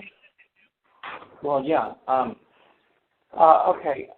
In order for them to be able to control the mind control victim, in order for them to be able to isolate the mind control victim, in order for them to determine whether or not their neuroprogramming can cause the victim, in order for them to understand, the only way for them to know that the person will commit a crime or do some evil act or respond in some violent way is to actually have them commit the crime or do some evil act or respond in some violent way. That's the only way they can determine whether or not their technology is effective. The only way for them to determine whether a person will kill based on mind control technology is to have the person actually kill someone or steal or commit adultery or whatever, is to have them actually engage in the act itself. And one of the things that they do in order to isolate the victim, in order to destroy the victim, is they set the victim up, especially once they're finished with the program or whatever objective they're trying to achieve. They basically have 4 scenarios that they're going to employ, because they cannot just allow the trauma-based mind control victim to walk away. Okay, you could become a loose cannon, you could come back in the future to testify against them, etc. So usually one of 4 things is going to happen to you. And one of those things is they're going to set you up and frame you and have you thrown in prison or a mental institution. Or they're going to kill you, or they're going to target your brain and fry your brain. It's called mind hobbling. Those are if killing the victim is not necessary, then the preferable way of going about it is to have the victim set up and framed. Once you're in the system, it is much easier for them to control you and to isolate you. Because and to run their smear campaign. It makes it easier for the smear campaign. Because this is about training, research, and development, and they need a controlled environment. Because if you've got the money to run around the world, from country to country, or you've got the money to hire a lawyer, all you're doing is making their job more difficult. Yeah, but understand, they want you to fight back. They want you to counter everything that they do, to engage in an exhaustive, desperate attempt to constantly counter whatever they're doing to you. Because each time you do, that helps to map out your brain. So, why are people set up in frames? Various reasons. But it all comes down to their ability to isolate you and control you, and to discredit you, so that people won't believe the atrocities are occurring, or they can use the law enforcement. They can hide behind law enforcement while they target you, etc. And remember, when you commit a crime because of the mind control technology, that's an important metric in their training and research to determine. At what point will a person lash out against another person? At what point will a person commit murder? Or at what point will a person rob and steal? How can we turn this good person into a bad person? How much neuroprogramming is necessary, etc. All of these are metrics. They're important metrics for helping them perfect their technology. This is some evil, wicked stuff, I tell you. Very evil. It is beyond evil. To innocent people, it's just horrific. Children, listen, 3 and 6-year-old children are being targeted. 3 to 6-year-old babies are being targeted. And a large portion of them, actually, not just a few. Okay? Because remember, your core personality is pretty much set somewhere between 6 and 7. Okay, so they want to get to the child before the core personality is set, because if they can inflict extreme trauma on that child before their core personality is set, then it's more easier to get them to disassociate from reality in the future. So they'll walk up, and when you speak about the children, can you talk about how the school system is used to indoctrinate the children into programs like this? Because children are mind controlled now from a very young age. I don't have any point of reference on that. I know that the education system is, I have no point of reference how they're using education and mind control. I'm sorry. I can't answer that question. Okay. But they definitely are. Hart, yeah, right. Question answered. Do you have anything else? Absolutely, Bryan. Thank you so much. This is the best thing that's happened to me since I found out. Thank you. Well, it's a fabricated, falsified stream of energy, of electromagnetic energy that they're using against you. It's just like a person can dial a number and dial another person's phone. They're able to dial into your brain using a specific number, a specific frequency. When you have your cell phone and you dial a number, what happens is that cell phone transmits that frequency into the nearest cell tower, and then to that cell tower that cell tower relays the signal to the person's cell phone. So it's similar to that. I mean, it's a fabricated and falsified stream of energy. That when I say fabricated and falsified, I mean it contains data. It contains the hidden carrier frequency that they're able to manipulate your memory and thought process with. So it's all about two things. It's all about directed energy and nanotechnology. Remember, the nanotechnology adheres to the neurotransmitters in your brain. And that nanotech is able to speak to and decode those neurotransmitters. That's how they're able to read your thoughts. That's how they're able to manipulate your mind. It's not just visual and verbal. It's also auditive. When I say auditive, I mean they're able to audit the mind. Just like the IRS audits a person. They're able to audit the mind with this technology. So it's all about streams of electromagnetic energy. People say that it's a beam. They hit me with a beam. Let it hit you with a beam of anything. This is a continuous, never-ending, 24-hour-a-day stream of energy that is specifically tuned to your brainwave signature. So literally, you could be standing in a room with 100 people, and the other 99 people wouldn't even feel the stream of energy, but you would fall down from the pain and collapse on the floor. Why? Because only the mind control victim absorbs the energy or feels its effects, because only the mind control victim possesses that specific brainwave signature. So the other people around you in the same room with you, they don't possess that same brainwave signature that you do. Their brainwave signature is different. So they don't absorb the energy or feel its effects. The stream of energy just passes right through them and around them, and they are unaware. Interesting, very interesting. Okay, Hart, I'm going to put you on hold. Thank you. Okay, we have about 3 more callers. Let's see. Yeah, about 3 more, and then we'll wrap it up because it is almost midnight on the East Coast. We got about 5 minutes, I guess. Yeah. Yes. Okay, so make your comments brief, please. Hello? Yeah, hello, Bryan. Hey, Jay. Yeah, I just want to say thank you, because I see your spirit change when the woman asks for solutions, and it changed and you got calmer. So I just want to say that, and that's all. Did you say, are you speaking about me? I got calmer? No. A woman asks him for solutions, what she can do. Well, one of the solutions. Right, the solutions. One of the solutions she can do is called quenching.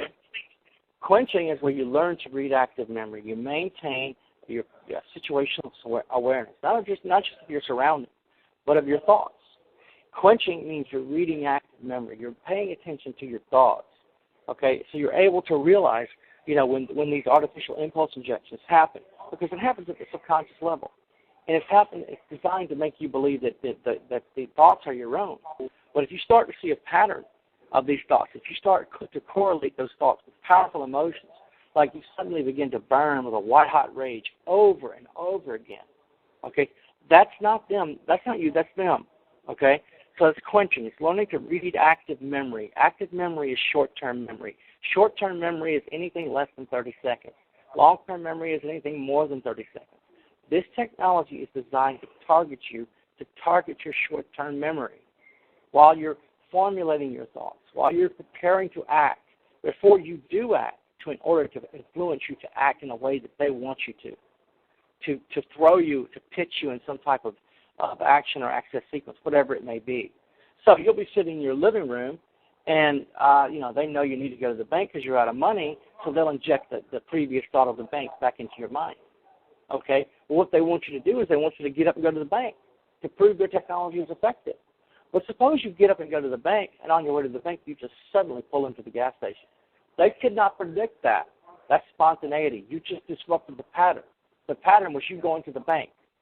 So another thing you can do in order to break the patterns that they're using to map your mind, because if they can't build single coherent patterns of thought, they can't map out your brain, is to be spontaneous every day, every chance you get. They know you're being spontaneous. They know you're doing it. But it doesn't matter because you're still breaking the pattern. You're still disrupting their technology.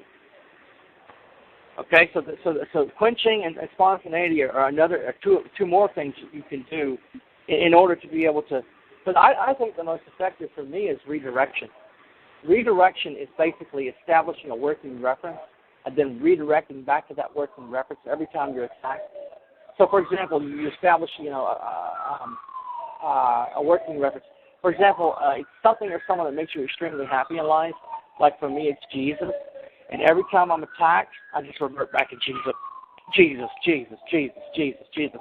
What I did was I redirected away from the remote neural attack. What they were doing was they were trying to get me to think about this, and I thought about that instead. I redirected away from the remote neural attack. So because often what they'll do is they'll push you down into an extremely drowsy state before they attack you, before they try to disrupt your memory and thought process. Because anything which lowers, and they use theta waves to do that. That's how they pitch you. That's how they make you. That's how they put you into a forced-induced sleep.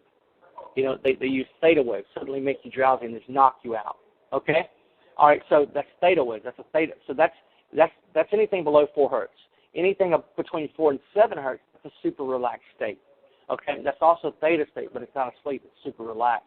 So what they'll do is they'll slowly bring you down with theta waves, increasing the frequency each time until you're in a super relaxed state, and then they'll hit you with sudden split-second drowsiness. And then when you so I get that a lot. Okay. Which frequency what they're doing is they're using anything which lowers a person's energy level and vitality, makes them more susceptible to mind control programming. So what they're doing is they're pitching you into functional disorientation. So you have a split-second drowsiness, and you can't even keep your eyelids open. And then the next moment you're alert again. What happened was that was mind control. That was a remote neural attack. And they used extreme drowsiness to trick your brain into accepting their remote neural attack. They want you thinking about this. They don't want you thinking about that. So they're going to use remote neural attacks to control and direct your memory and thought process. When I say memory and thought process, what I'm saying is your train of thought, your narrative of thought, what you're thinking about. Okay. And one of the ways that you do that, and one of the ways that you defeat that, is simply using a process called redirection. And redirection is just thinking about some, important event, some event in your life, like the birth of your first child, or some person in life that makes you happy, that makes you extremely happy. Then that happy person, that happy event is called your working reference. And so every time you get hit with that drowsiness, that split-second drowsiness, you just automatically snap to it and you say, Jesus, Jesus, Jesus, Jesus, Jesus. You just defeated their technology. You redirect it away from the remote neural attack to your working reference, Jesus. So that's called redirection. Very good. Thank you. Okay, we're going to take another question. This will be your last opportunity to ask questions. So star 8. We're going to wrap it up. Star 8. This will be your last opportunity. Okay, we do have one person here. Hello. Hi, I have 2 questions. 2 quick questions. Can I ask you one at a time? Yes, yeah. Go ahead. Okay, my first question. For those of us who are extremely targeted in like the worst program and 100% isolated from family, friends, set up with fake relationships, is there any chance or is there any hope for us to ever be able to have a normal relationship of any sort with anybody without interference from these people? Yes. First of all, you need Jesus. And if you don't know Jesus, you got bigger trouble than mind control. Secondly, after you know Jesus, you can begin to find people who think the way you do about Jesus. Okay, find people that have the same habits and the same likes and the same hobbies that you have. Okay, and then you begin to what you need to do before you can tell them about it, you must first educate them. You can't walk up and say, I'm hearing voices. They'll think you're crazy as hell. You can't tell them that these remote neural attacks, you can't tell them that I'm being stalked by hundreds of people. They'll think you lost your mind. So what you do is you educate them first. First of all, you say, hey, did you read the article about organized stalking? Did you read that article about mind control? And then you start showing them the articles, and you start educating them, slowly educating the person. Okay, until they come to a position where they think that they accepted it, not that you make them accept it, but they believe it on their own. They become educated to the point that you can now bring up what's happening to you, and they won't look at you like you're crazy. So first, I think I stated my question wrong. I'm in whatever type of program where it seems like they will not allow me to have friends. And they will turn people against me and have me 100% isolated. So given that, I mean, with what they do you think there's any chance I can ever have a relationship that they will not interfere with? It would like either turn them into a target as well for hanging out with me, or turn them against me? Is there any chance I can have a possible any kind of relationship, friendship, whatever, without them interfering in some way? Is there any hope for that? That's what I was trying to tell you. The person must listen. They don't understand biocommunications technology. They don't understand remote neural monitoring, remote neural manipulation. All of this is just it's called the Occam laser principle. the more complicated the truth, the less the likelihood of belief by the ordinary person. So what you have to do is you have to educate them first. If you're interested in somebody, you're interested in a relationship with a person, you must first make sure that person is there's no such thing as a fun date. There's no such thing as a fun moment in life. Life is very short and very dangerous and very real, especially if you're a targeted individual. Okay? So you find people, first of all, that share the same hobbies and likes that you have, and then once you find those people, you begin to educate them. You don't tell them that you're a targeted individual. Okay? You just educate them. Hey, did you read about this? Did you hear about that? And once you come to a position where you think that they start to believe that this is possible, then you begin to reveal what's happening in your life, okay, to them. Before you can do that, you must educate them, because most people know nothing about this technology. Thank you. And my second question, if we were to constantly defeat the system by doing all the things you mentioned, if we were to constantly, persistently do that, is there any chance that we could be untargeted by defeating the system for a continuous length of time? Can we possibly be untargeted? The answer is, I don't know what the criteria is for the people that they stop targeting and the people that continue targeting. But my understanding is this is lifelong. This is long-term research, and the people that that become a liability to them, they have ways of getting rid of them. Okay, but the problem is this: you have to fight the technology every day to survive. They're going to create chaos in your life. They're going to create trauma in your life in order to constantly provoke you into emotional responses they can remotely measure. So no matter what you do, they're going to use what's called the hypergame theory against you. They're going to base their next move on your last move. They're going to base their next response on your last response. In other words, this hypergame is a game that never ends because there's always the next move. Therefore, there's always a higher optimum. So the game goes on forever. So the thing that you have to realize in order to defeat that, you have to either never play the game to begin with, which that's not always an option. Okay, sometimes you have to play or perish. Or secondly, you have to place the hive mind teams, the CIA hive mind teams, in a position where they can no longer better their position against you. Okay, and the way you do that, for example, this one lady was telling me that they were using her past against her constantly. Apparently, she'd had some tragic event in her past, or she had done something bad, and they were constantly using her past to bring shame and despair and humiliation and remorse, all of which is trauma, that's psychological trauma, to map out the neural pathways of her brain.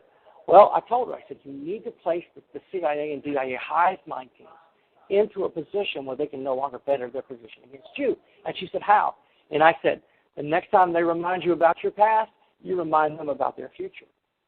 Okay? So what you do is, in order to try and achieve some degree of normalcy in your life, you must first redirect, establish a working reference, someone or something that makes you really happy in life, and then redirect back to that working reference every day when you're attacked. This, whether you realize it or not, you're being attacked hundreds of times a day. You don't realize it because most of this is done subliminal, subconscious level, but it's happening. So once you begin to understand the technology, once you begin to defeat the technology using multitasking, doing saying more than one thing at one time, whistling while you work, reading a book while listening to music, etc., cooking while watching television, that's called multitasking. It defeats their system. Another thing is spontaneity. Be spontaneous at the speed of thought. Don't plan anything out if you don't have to. Don't plan out your day if you don't have to. Just do it at the speed of thought. That's spontaneity. It breaks the patterns that they're trying to build.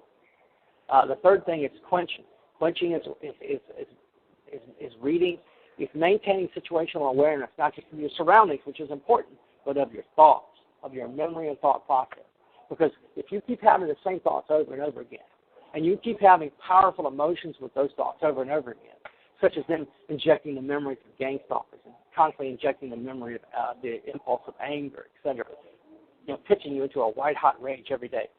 You've got to be able to read active memory, read your thoughts, and then contrast the thoughts that you're having at that moment with the way you normally thought before you were targeted.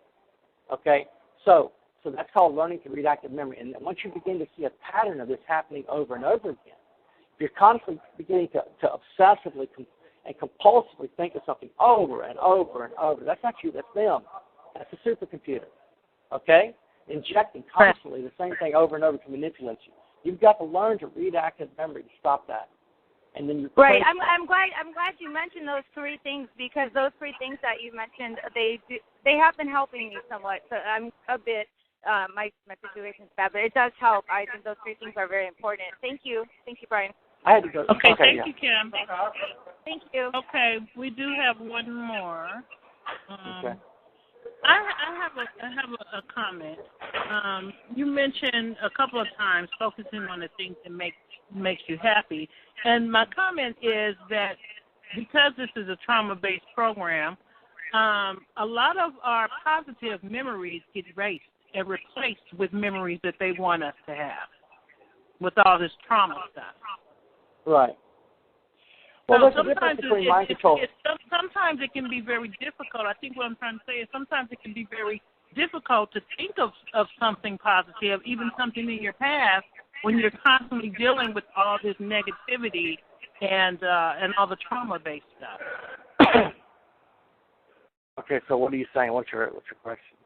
I guess what I'm saying is that, it's almost like you have to really make a conscious effort to try to remember anything positive, because there's so much trauma. And you mentioned how one person can be attacked hundreds of times a day. They are. And not know it. Well, I do know it. Yeah. I do know it. I know for me it is hundreds of times a day, and it is so much trauma, and that's why I'm feeling physical medical effects because of all this trauma now. But I guess I'm just saying that we almost have to write down the positive things that happen so that we can remember them. Well, again, there's a difference between mind control and brainwashing. People don't know that. People confuse the two often. Brainwashing is the erasure of memory. And they can erase your memories by amplifying the acetylcholine levels in your brain. By increasing the acetylcholine levels, by amplifying the amount of acetylcholine in your brain, they can cause you to forget things. It's called brainwashing. It's memory erasure. So brainwashing and mind control are two different things. Mind control is controlling your memory and thought process. Brainwashing is actually erasing memory and thought process. So and do they do the brainwashing as well, Bryan? Yeah. Absolutely. Especially if they're trying to subdue the state. Yeah. Especially if they're trying to subdue your faith, for example, or to subdue the love that you have for your spouse or your children or whatever.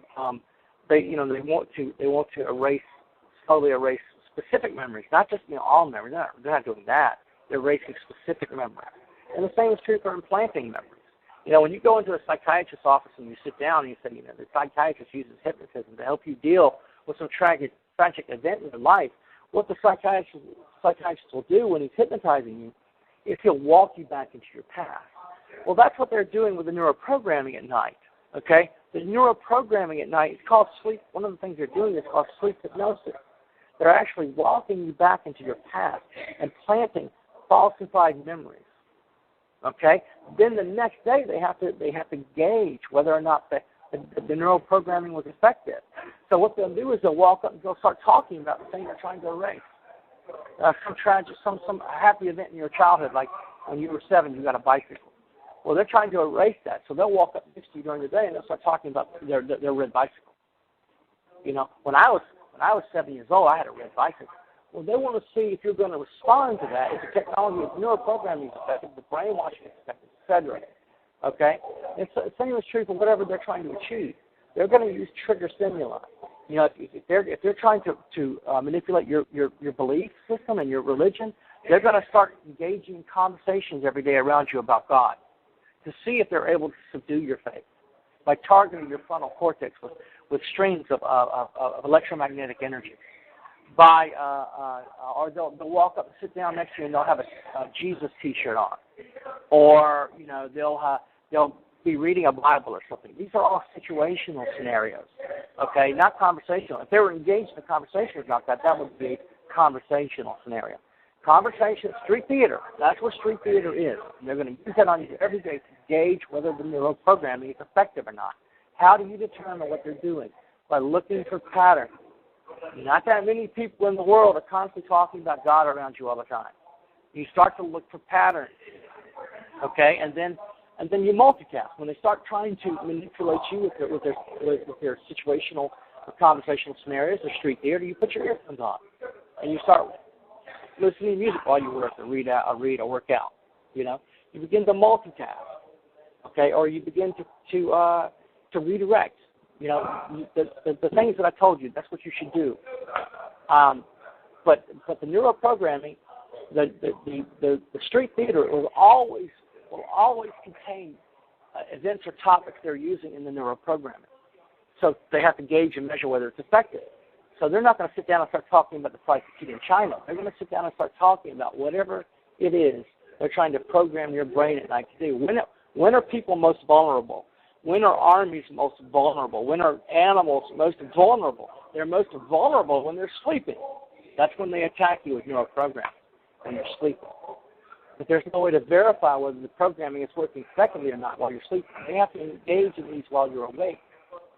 They have to constantly inject the memories back into your subconscious to see if you act on those memories. Bryan, do you know anything about hypnosis and how that works? Can hypnosis actually happen through conversation and while we're asleep? And how does the hypnosis work, and what is it about? What is it? Hypnosis, it's already 12. It's already 9:15, so I imagine it's pretty late wherever they are. Hypnosis is done by tying a person to a stimuli, and hold on just a second. What?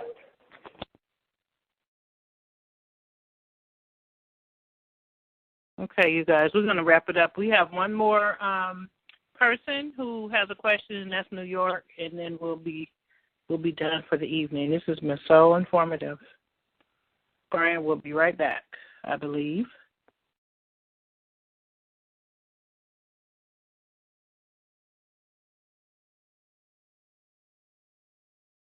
Oh, I think he hung up again. Let me try to reach him. Hold on.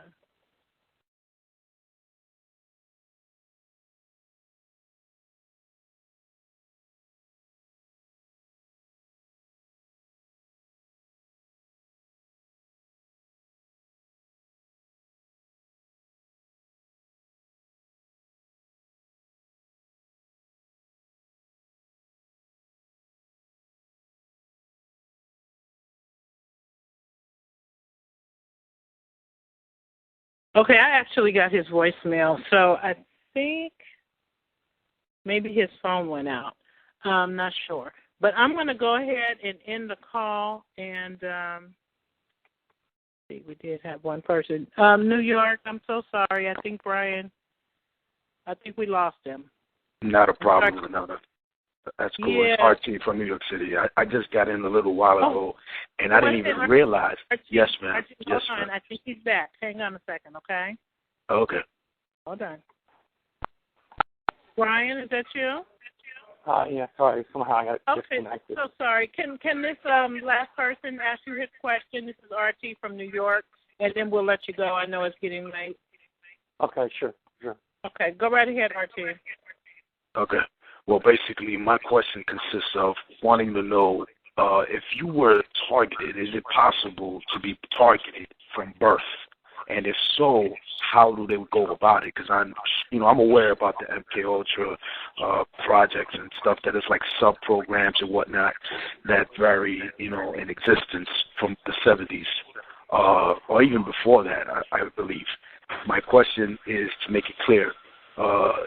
How do they go about choosing a baby to be targeted? You're targeted from birth, is what I'm saying. And is that possible to continue on for like years, decades later on with the research that they do? Yes, as a matter of fact, it is happening. We know that. Because people are explaining that they're having these symptoms of tinnitus and boxing into the universal targeted individuals dealing with their children. But you have to understand that children are targeted because it's more of, if you can catch them before the age of 67 when their personality has not yet formed, fully formed, and you can inflict extreme trauma on them at a young age, then it's easier in life as they get older to force them to disassociate from reality. What they're doing when they're doing this creation of multiple personality disorder, altered personality, they create this artificially induced multiple personality disorder by targeting children who are extremely young. Therefore, once they're traumatized at an extremely young age, then they're more likely to disassociate. They're more likely to, their core personality is more likely to fragment. And then they can locate the alters. The alter personalities, they're called alters. They can then locate those alters, psychological programming techniques, etc., and then those alters can be programmed. And that's how they create, for example, super spies, so-called Manchurian candidates, because one alter doesn't know the other alter. One alter personality, you can literally create Dr. Jekyll and Mr. Hyde. And so targeting children at a young age is an important part of their technology. So the answer to your question is yes. Okay. You know, I remember hearing on one of these calls when I first got targeted, a lady had called in and she was talking to whoever the moderator was. I don't remember. But she had a newborn baby. I think she said the baby was about 2 or 3 months old. And she was asking if the moderator thought that the baby could be getting targeted or V2K, because she said that she notices how her little baby looks up in the air and looks around like she was listening to something. So she, in her heart, felt that that baby was possibly getting V2K, because she said she had other children and she never noticed this. And she could clearly tell this baby was listening to something. And I guess there's really no way to prove that, especially with an infant who can't communicate to tell you. Right, or who doesn't understand a language, right? I mean, how can you use neuro-linguistic programming on a child who doesn't know anything about linguistics? You have to be able to communicate with that child. So what they do is, at a young age, is they just inflict mostly extreme trauma. And then if the child grows up, they continue the trauma to a point where they can force the individual to break, to snap, to disassociate from reality. Yes, we know for a fact they target little children, babies. We know this. This is nothing new. It's part of the Monarch programming. And it's incredibly evil, because they're incredibly evil people. They're sociopaths who have been programmed into psychopaths. They're selected for these jobs, the psychiatrists, psychologists, neuroscientists, etc., who have demonstrated a propensity to kill at command, kill on command, who have no conscience, who can follow orders without any moral conscience getting in the way. They are desensitized. They are placed in rooms where they are shown, they're drugged, and they're shown intense video of intense scenes of horror, to the point where they've become desensitized. They can just watch a little child get killed or a little granny get killed in the street and just eat a bacon sandwich. It doesn't bother them. They could kill you and then go have a cup of coffee. It just wouldn't bother them. They're sociopaths who have been programmed into psychopaths. These are people, these are intellectual barbarians. They are highly educated.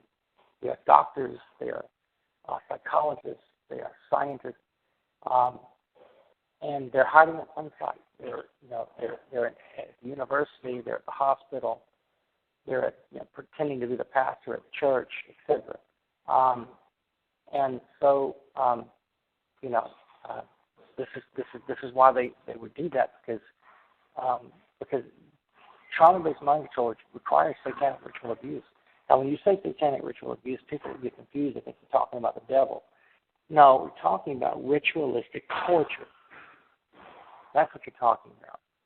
It may include the demonic, if that's what you respond to, but satanic ritual abuse is just long-term, brutal, ritualistic torture.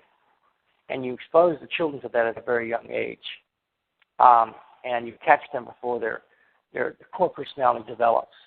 And if you can do that, then you can force them to disassociate from reality quicker later in life. I have a question in regards to that. I've got to get off. I've got to get off, man. If y'all want to talk next Wednesday, we can. Okay, so well, I just want to thank you, Bryan. Thank you, sincerely, thank you, because this was very informative, and you gave us some solutions, which I love. I don't like talking about problems without solutions. So you did give us solutions, and I really thank you from the bottom of my heart for your time, and I hope that you can come back. I think you helped a lot of people tonight. Okay, well, maybe next Wednesday or next Saturday. Okay, thank you so much. Okay, give me a call. All right, bye-bye. Oh, Bryan, before you go, do you have contact information? Do you have a website, email, social media? I gave out my number, and the perps just rang my phone off the hook. It was crazy. So I just don't give it out anymore. I just learned the hard way on that. Okay, any kind of social media or website? Yeah, Facebook. Let me just post my Facebook page on the. Let's see if I can do that.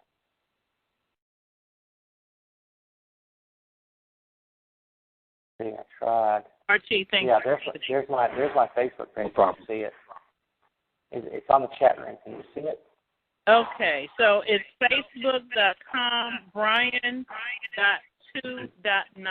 for those of you who are not in the chat room. Click on it and see if it takes you to my Facebook page. Because some people are not in the chat room. Oh, okay. Okay. Well, you can read it out. So thank you. Thank you again. We will let you go, and we'll definitely have you back soon. Okay. Well, thank you very much. Have a nice day. Thank you. Have a good evening. Okay. So for those of you who joined in for the first time tonight, I thank you so much for coming to the call, and I thank all of you for coming to the call because we normally do our calls on Sundays at 12 noon Pacific Standard Time, which is 3 Eastern. So if this was your first time, please come back and join us on this coming Sunday. And I thank you all. I hope you guys' questions were answered. I think Bryan gave us some different information than we've had in the past. So I hope it was a help to all of you. Okay? So I'm going to let you guys go. It is very late on the East Coast. It's after midnight. So I'll let you guys go. Thank you guys, and God bless. Have a good evening, everybody.